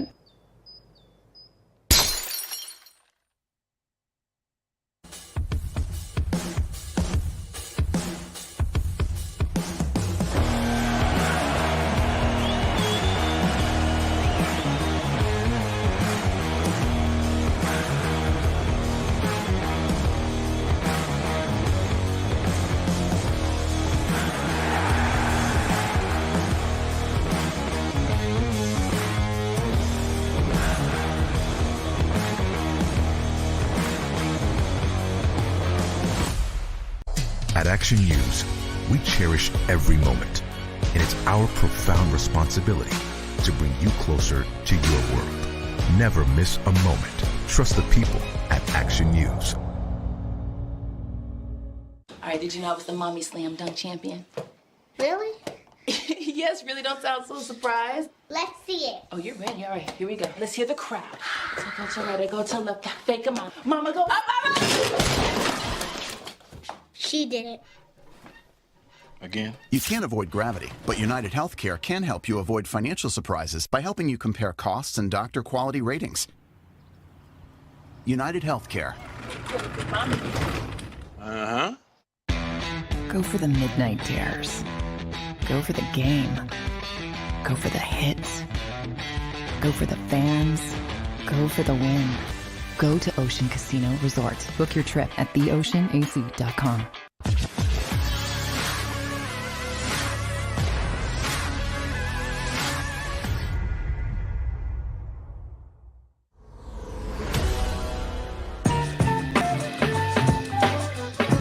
Final segment of the program. What's the matter? I don't know if you want to know or not, but Gibson just gave up a home run to Rojas. Why do they keep hitting Rojas? Why? Why do you keep this man's 2 for 2 in this game? He's been ripping them up the whole series. Why do you keep pitching to this man? Great question. Great question. I My don't know. goodness. I do not know. Yeah, it's only 1-0, but still. yeah, it's only 1-0. It's early. All right, so I want to hit you guys with a couple different things. So I don't know if you saw this or not, but Cardinals starting pitcher Miles Mikolas last night was not 1 out, but 1 strike away. He had 2 outs, 2 strikes in the 9th inning. Gave up a double. He would have had a no-hitter, and he was beside himself after the game last night. That to me, like that's got to be that's got to kill you. I'm telling you, man, it is the worst. I would ask the coach, can you please just take me out of the game now, please? I just can't. I was just, my concentration was shot after that. You're 1 strike away. You know how difficult it is to get a no-hitter to begin with. But to be 1 strike away and he gives up a double to end the no-hit bid. And I'm like, and you could tell in his post-game comments, man, he was like distraught. He was down. He was like this gut wrench. And I'm like, I may never get this close again. I would worry about him if I'm a Cardinal fan next start. Like, I just don't know if he's going to be able to just, wash this one away and roll again in 5 days. I don't know. He might, God bless him if he is, but Yeah. I would if I was a betting man, I'd probably bet against him in his next start. Just saying. That was 5 innings. He may not go 5 innings his next start. Yeah, right. Yeah, that's a good point. Meanwhile, the Braves have now won their 13th in a row last night. Man, on fire, man. Yeah, it's crazy. We keep forgetting they're the defending world champs. They are. No, I didn't forget. We don't even talk about that. But when you think about a team like the Braves and they're chasing the Mets and so much attention given to the Mets, and rightfully so. It's by the way, Atlanta did win the World Series last year, and they're not even 100% healthy pitching wise yet. No, that's what's going to happen when they get 100%. Mm-hmm. All right, Gibson got out of the inning, so we're good. So same thing with the Mets. The Mets are not 100% health pitching wise, and look at their record. Yeah, and they've won their last. It's unbelievable. 2. Yeah, the Braves, after being as hot as they are, guys, are still 5 back in the NL East. That's after winning 13 in a row. So they didn't get hot last year until the end of the. You're right. You're right. They had a worse record than like the Phillies do now, for sure. I mean, they went on a serious run. But they did it defensively and with pitching, man. Yeah. You know what I'm saying? But I think a lot of people wrote them off because Freddie Freeman left, because you know how hard it is to repeat, all that kind of. So don't discount the Browns. It's a tough division. They're in a tough because, like we've been talking about a lot, Miami's no pushover. This is not the only really bad team is Washington, but it's a very, very good division. I would say the Marlins have one of the best pitching staffs in the National League. Period.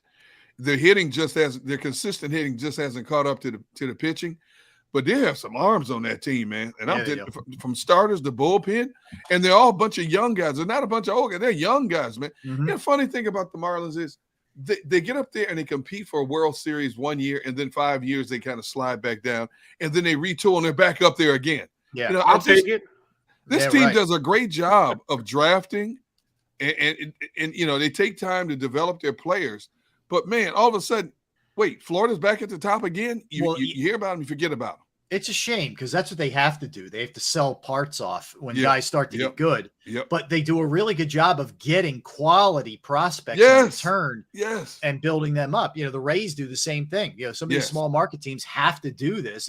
It's the unfortunate. That's why the NFL is so great, by the way, with the revenue sharing. Yep. There is no real small market. Like, think about what Green Bay or Kansas City or Buffalo would be. Yep. Right? I mean, they might not even have franchises if it wasn't for the way the NFL is set up. Jacksonville. Yeah, no question. There's a million of them. And that's the great thing about the NFL, whereas others like Baltimore knows they're cooked from the beginning of the year. They know they have no chance. Yep. And Pittsburgh, it's like unless you really catch lightning in a bottle, or like Kansas City won it a few years ago, because all their prospects hit, and then they had to start trading all those prospects away. So it's a tough boat. For some of those teams, that's for sure. But you're right. Miami's a team that does a really good job as far as that concerned. All right, so a couple football items. One, Richard Sherman, officially retired, is going into the broadcasting booth, and he will be part of the Amazon coverage. So Thursday Night Football and whatever else they're doing, he's going to be a part of that. I think in studio. I don't think he's part of the broadcast is Michaels and Herb Street, but I think he's part of their studio programming that they're going to be doing. I think he's a great hire. I think he's a really smart dude. He's an outspoken dude. He's had some, obviously off the field kind of stuff that has happened to him. But Herb Street left ESPN? No, he's doing both. Oh, so he does college football and pro football. He's doing Thursday night games with Al Michaels, and he's still going to do College Game Day. I guess he'll just fly out that next morning and still do College Game Day. Woo. Oh man, bro, that's what he does with college football. He does College Game Day, and then he goes out and he flies wherever he has to go to do the next game, bro. Yeah, on a private plane. Yeah, you're right, Barrett. He does it that morning, hops on a plane, and goes to wherever the night game is for ABC that night. You're right. Yeah, along with Chris Fowler, but he is going to do both. Look, Amazon's clearly not afraid to spend because Al Michaels and Herb Street cost a lot of money, man. And I'm sure Richard Sherman isn't coming cheap. I mean, great move. The pandemic, the pandemic made Amazon. Yes. The number one company probably in the world, bro. Isn't that something? You were dead on, man. You're right. It changed everything for them. When I can't stand it, man, because every time I turn around, there's some boxes on my damn porch. I hear you. I don't even want to go upstairs and find out what's waiting. Yeah. I asked my wife, are you running drugs or something through the house? I'm serious. Dude, I've had times when I've gone to, and sometimes you get a stretch where it's the same person delivering time and time again, right? That's a bad sign when you get to know the delivery guy. I've opened the door a couple of times, and usually they ring the doorbell. I have one of those doorbell cameras so you can see. They just ring it, they take a picture to verify that they put it on your step, and then they take off. So a couple of times I've gone to the door, and the dude's still standing. He goes, I'm sorry, but I just wanted to meet you. I'm like, what? I'm like, okay. And they're all nice dudes. Don't get me wrong. They're all nice people. But it's like, it's weird, man. You get to know them by name and stuff. Hey, you start out. How's the family doing? Bruh, hey, this same with me, bruh. The other day, the doorbell rang and I got the thing too. So I said, hey, how you doing? She said, it said I'm on air right now. She said, hey, I need a little help with this package. So I ran downstairs, helped her with the package to bring it in the house, and then I ran it back upstairs to get back on the show. You did it. You should have Amazon pay you for carrying fees. You guys, when you're on a first name basis with the drivers, it's not a good sign. It means there's way too many packages coming to the house. How's the family going? How's everyone doing? I would like to be an Amazon driver. My wife claims I would be great for Amazon. She said, because you love to talk to everybody. I probably wouldn't get my shift done because I'd be standing there talking to people all day. Absolutely not. There's no way. There's no way you would get a shift done. I'm telling you, my wife says you would be great at it, but you probably get fired within 6 months. Yeah, you'd be talking football with every customer. Dude. And it just wouldn't I would love to do it just to be in a truck driving around, especially in the summer. Warm summer day. The only problem is you come to that one house where you got that mean, nasty, vicious dog. Ooh. And I'm going to tell you right now, I don't care if it's breakable. Dog approached me the wrong way, straight across the cranium. Boom. Yes. Taking him out. I'm telling you right now. Or I'm not, it'll be left on the front door. I'm not messing with bringing that thing in. I'm not running. I'm not Carl Lewis anymore. I'm not running and ripping a hamstring. You won't see me tumbling over cracked pavement. Okay. I'm not going to stand there and fight off a dog who got my leg or my arm, and you're going to catch me on camera punching a dog in the face. You're not going to get me on TikTok and YouTube and all this stuff, man, because people are taking it the wrong way. And all of a sudden I'm an animal hater and all this stuff, man. No, bro, I'm not scared of any dog, bro. I'm not afraid of dog, but I'm just saying the possibility exists. I mean, I've seen too many videos of UPS, Amazon drivers, like jumping the fence, like they're, Ronaldo Nehemiah and stuff, because the dog's chasing them down the step. I'm not going to be that guy. So my dog has this upset. We used to have our old male letter carrier. What are we calling it? Male. Can we not say letter carrier? Anyway, male person. Can't say mailman anymore. Our old letter carrier was the nicest guy you'll ever meet, right? And he's the type of guy who in his pocket he has like the little treats for the dogs. Like he's that guy, right? And he's super friendly. So I got to know the guy really well. Nicest guy in the world. My dog, my Bailey is in love with him. Like in love with this dude. Okay. Like obsessed. Okay. So whenever she'd hear his truck or whatever, she'd go crazy, and he would always leave her a treat and whatever. Or if we're out walking, if I was walking her, if she saw him, forget it. She was making a beeline to him. Jeez. So she recognizes mail trucks because of him. Right. So we have a different letter carrier now. He's not our guy anymore, unfortunately. So anytime she sees a truck and it's not him, she goes into like depression. She's like bummed out. She doesn't want to walk anymore. I'm like, Bailey, it's the guy's name's Ed. I'm like, it's not Ed. She's like, and you can tell she's just like, I'm done. I'm going to go home. I'm like, I mean, what is going on here? Oh my goodness. Can you just take your dump and we can get back to the house? But no, she wants to go right back to the house. We can't even get a walk in. But anyway, so Minka Fitzpatrick guys got paid. Woo. Okay. How about 4 years, $73.6 million at the safety position? Yeah. Safety position. Yeah, but you know what? That's a bad man. If I like him anybody, I love him. He can play for my team any day of the week, man. The dude can hit. He can cover sideline to sideline. I tell you what, we keep talking about these salaries becoming outlandish, but hey, my bottom line in anything you do is whatever anybody's willing you pay, that's what you're worth. Yeah, it's the Get highest. what you can while you can. Biggest salary in the history for a safety. It's the biggest one. He gets so the way the deal works, it's a 4-year extension. It'll pay him 18.4 per year is the way it breaks down, and 36 of which is guaranteed, according to Adam Schefter. Not bad. Man. Not bad. Yeah, good little move right there for him. Look, that's another thing. That's why we won't get a safety here. They don't want to pay him. Yeah. But I don't blame. I mean, you look at the money you have tied up elsewhere in this team. How are you going to pay him? Yep. I mean, you can't. You really can't. You got a lot of money tied up into your D line, your offensive line. You just paid Malata. You got another Pro Bowler on the other side, and Lane Johnson making big money. You got a Pro Bowl center making big money. AJ Brown making $100 million. Darius Slay getting paid well. Yep. I mean, you got to cut bait somewhere. So I'm with you. Like I know everybody thinks, they're going to bring in a safety of note. I'm not sure they are. Like they may just roll with Epps and and Anthony Harris and see where it goes. I don't think there's going to be a big move made. I don't either, to be honest. And you can only fix so much, guys. I mean, you can only fix so much in an off season. And if any move they're going to make, I don't think it's the safety position. I think they make the move to bring in Howard again or something like that. You know what I mean? A running back, a big back. Yep.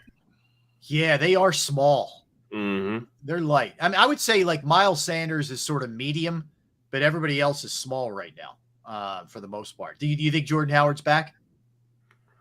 No. Nobody signed him, right? No. Nobody will sign him. Is that the fear of the Stingers and all that? I mean, he's still pretty young. That's a shame. Exactly. I think that there's got to be a spot in the league for that dude. He's a good running back when he gets opportunities. I wouldn't pay him much, but definitely belongs in the league. He's a good Clydesdale between the tackles. That's what he is.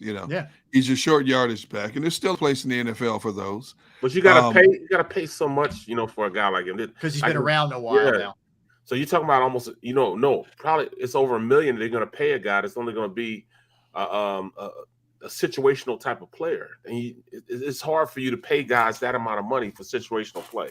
And that's Barrett. That's where you could speak to this because obviously played as long as you did. It's good that veteran players are protected and get a minimum, but it also hurts them in some ways. Like you tell me, Jordan Howard would gladly take $500,000 to play in the league. I think if he could, rather than what they're forced to pay him. That's the tough. That's tough. I wish there were exceptions you could make. I wish the player could waive it. Well, it's just a young man's sport. It's just a young man's sport because once you get to an age that where he is, and you kind of outprice yourself not because of your play, but because of what your what the years in your league have given you. And then it's good. Like I said, it's good when you have some worth. But if you have that borderline, all right, I could find a younger guy to do your job. He might not be as good as you, but is efficient enough. Then you could go fall to the wayside. That's why I love the Steelers organization because they understood what they had. They knew I was going to come in and be a starter, but they knew if I had to come in and start, that I'd do one hell of a job of starting, and I could bridge them to the maybe 2 or 3 games and be a starter, but they don't have to pay me starter money.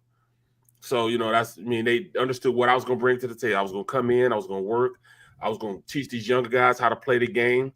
And I'm going to make sure I cross my T's, dot my I's, be ready to play. They can put me anywhere on the field.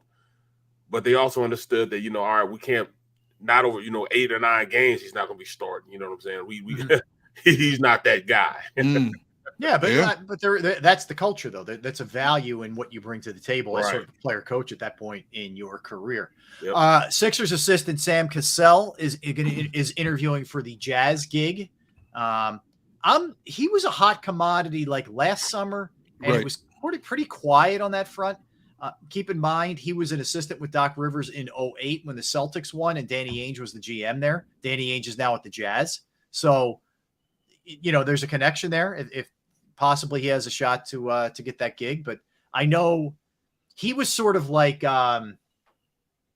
good cop sometimes to Doc's bad cop. And Tyrese Maxey talked about this quite a bit. Doc would sometimes really, especially with Maxey, you guys remember, he wasn't afraid to call him out publicly either. That's right. That's right. And he said that he loved how Sam would pull him aside either after practice or a game and say, look, Doc's doing what he's got to do, but just keep in mind, you still had 22 points. You're doing a lot of things great. He was the encourager in that sense. And that's kind of what he is. He's a really good, I think, one-on-one guy, especially with guards.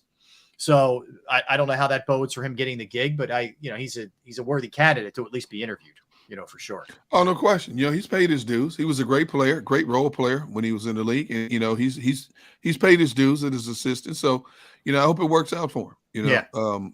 I don't know much about, I don't know him well, but the bottom line is when you've been in the game as long as he has, both as a player and a coach, you deserve your opportunity in any way you can get it. So hopefully if he shows up well in the interview, then the job's for him. No question. All right. So we have game 1 of the Stanley Cup Finals tonight. You got the Lightning at the Avalanche tonight. Yeah. It should be a really good series. These are, the Avalanche have only lost 2 games in the entire playoffs. Yeah, that's crazy. Straight dominating. That's crazy. They're minus 160 tonight. They are so deep. Yeah. They're 3 lines deep. They're so deep. They don't know which goaltender they're going to play. They have 2 outstanding goaltenders. Yeah. Seriously. Yeah, one guy's banged up, and they've been using the other guy, and he's been fine. Yeah. He's been better than the original guy. Yeah. Yeah. Can you imagine having that kind of depth? Yeah. No. No, actually, no. I can't imagine having starters like that. Yeah, not in this city. We can't. Yeah. And then you look at this Tampa team, and you look at some of the moves they made along the way this season. They got better. No doubt. And here's the thing. They got a goaltender that's out of this world as well. Yeah. And they're deep. They're deep across the line. I remember back in the day when we had Moose and the young guys sitting there. You know, we were like, "Which one are we gonna start?" And look at where we are. Now it's like, please find me a starter, please. Yeah, look, it's you know, Barry, we were talking about this right off the top. I think before you hopped on, it looks like it's going to be Tortorella who is going to be the guy that they go with, and look, he's going to bring attention to them. You know, there's no doubt he's a taskmaster. He's a no BS, you know, sort of dude. But has he won anything though? And not in a long time, not since 04. They actually, his Lightning team knocked the Flyers out. That's 100 years ago, but you know, they were and went on to win the whole thing. But yeah, I don't love it as much as some others do. I understand it, but I think we're gonna be in the same spot in a couple of years, and we'll see how far his act plays with young guys who don't seem to. Why does that always happen? Respond well to this kind of thing. It happens to Philly sports. Why are we always end up where we were the year before, except when we won the Super Bowl? Look, it's a great question, and I think it took them a long time to figure out who it was going to be. It's not official yet, but it's been a painstaking process. So you better get it right if you're going this long with it. Exactly. I think that's why he may be what they need. I mean, a no nonsense type of guy. Sometimes, but the last two guys have been that way. You know what I'm saying? I think that's just status quo with hockey coaches. Right. They never smile, you know what I'm saying? You know, to the point. I mean, I don't know, man. I think you just need a shake up with the roster more so than a coach, man. Oh, for sure. In all the time that I have been in this region, it just baffles my mind that Philadelphia is the 4th largest television market in the country. Fans are rabid fans, passionate fans, knowledgeable fans. Yes, yet they've been devoid of more consistent championships in this city than they should have. You know, all they want is a win. You look at cities like New York, they're always relevant. Boston, always relevant. But then you look at cities that are the equivalent of Philadelphia. Chicago, they can't win anything. Dallas, they can't win anything. You know, and it's just amazing how this city deserves so much better. We've had so many great individual athletes come through this team, and we've had so many really good teams assembled in this city, and we haven't had more success in terms of hoisting trophies and having parades in this city. Yeah, I think it's hard. I like hockey's a great example. I think it's really hard for people in this city to watch an organization who's done it the right way, like Tampa, dominate the NHL the way that they did. And I can't still call them an expansion team because they've been around a long time now. But still, that's got to drive Flyers fans crazy who haven't won it since 1975. Like that kind of stuff.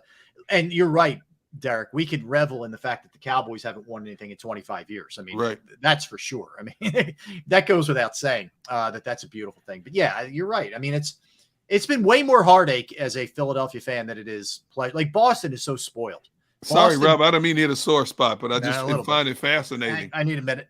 No, but I mean, you think about what the Patriots have done, Red Sox, Celtics. Yeah, I think we all are sort of think Golden State's probably going to win this, but they're right there to win a championship again in basketball. Well, the Bruins. And the Bruins, like they have been I hate to admit it, I mean, a dominant sports town. Yes, they have. The one city I hate the most has been one of the most dominant sports towns in America for the last 15 years. Yeah, it's just unbelievable. The common thread with New England is, with the Patriots is Belichick and Brady, but for the most part, a lot of that is great general managing, is great front office, and that to me, that's everything to me. That's just where I think sports get it wrong, guys. Just not to get off on a rant here, but you're going to spend on players, you're going to spend on coaches. I would spend so much money to get the right general manager in there to run my thing, because it affects everything. It affects your scouting. It affects your personnel. It affects the way you manage your cap and your money. Yep. By proxy, your players, because that's the trickle down effect. But that's it right there. You just said it. It all goes downhill. Right. Whether it's everything goes downhill. When they say it happens, this happens. It all goes downhill. So if you have great management, it goes down from great management to great coaching to great players. Yep. You know what I'm saying? They understand what it is to be great. So you bring in great people to help your great coaches, to help your great players. Yeah, and often it's not as big a priority, as it should be with these teams. So gonna be interesting. All right, so tomorrow, Trey Burton's going to join us.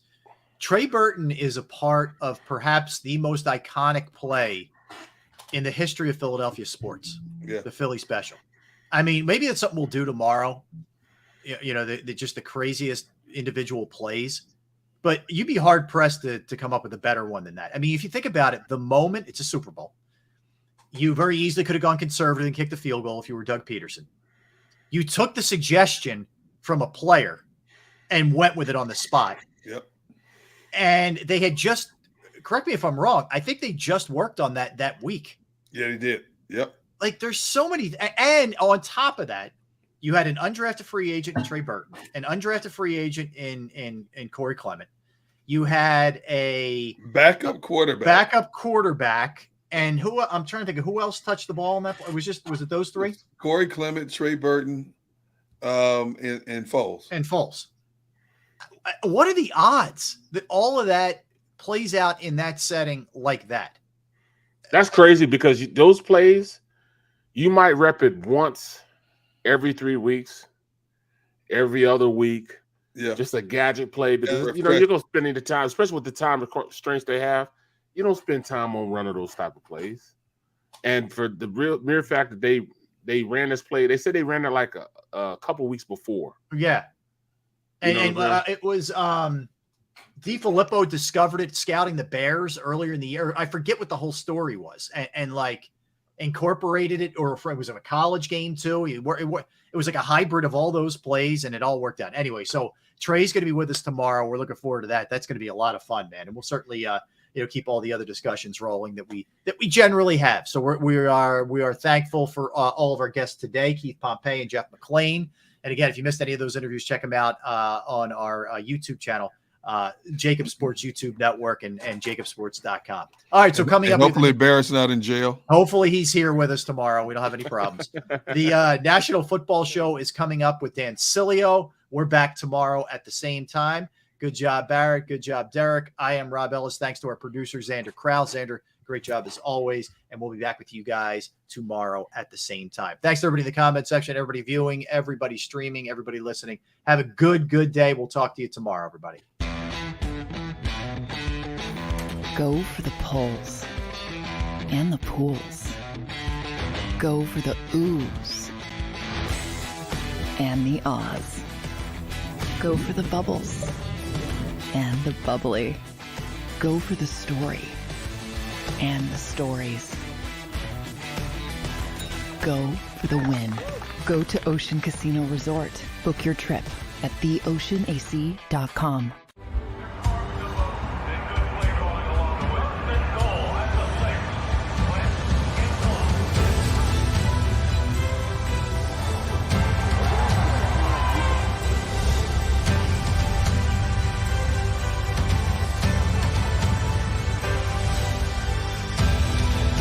Field of life, First Trust Bank is there for you.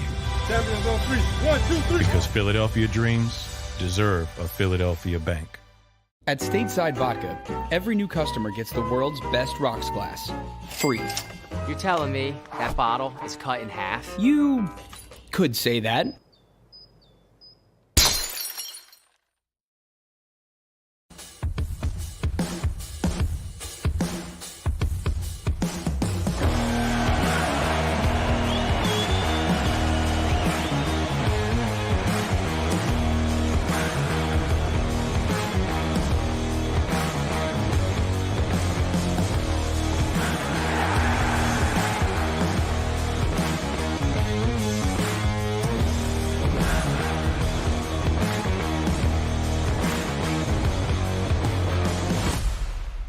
At Action News, we cherish every moment, and it's our profound responsibility to bring you closer to your world. Never miss a moment. Trust the people at Action News. All right, did you know I was the Mommy Slam Dunk Champion? Really? Yes, really, don't sound so surprised. Let's see it. Oh, you're ready. All right, here we go. Let's hear the crowd. So go to right, go to left, fake 'em out. Mama, go up, up, up. She did it. Again? You can't avoid gravity, but United Healthcare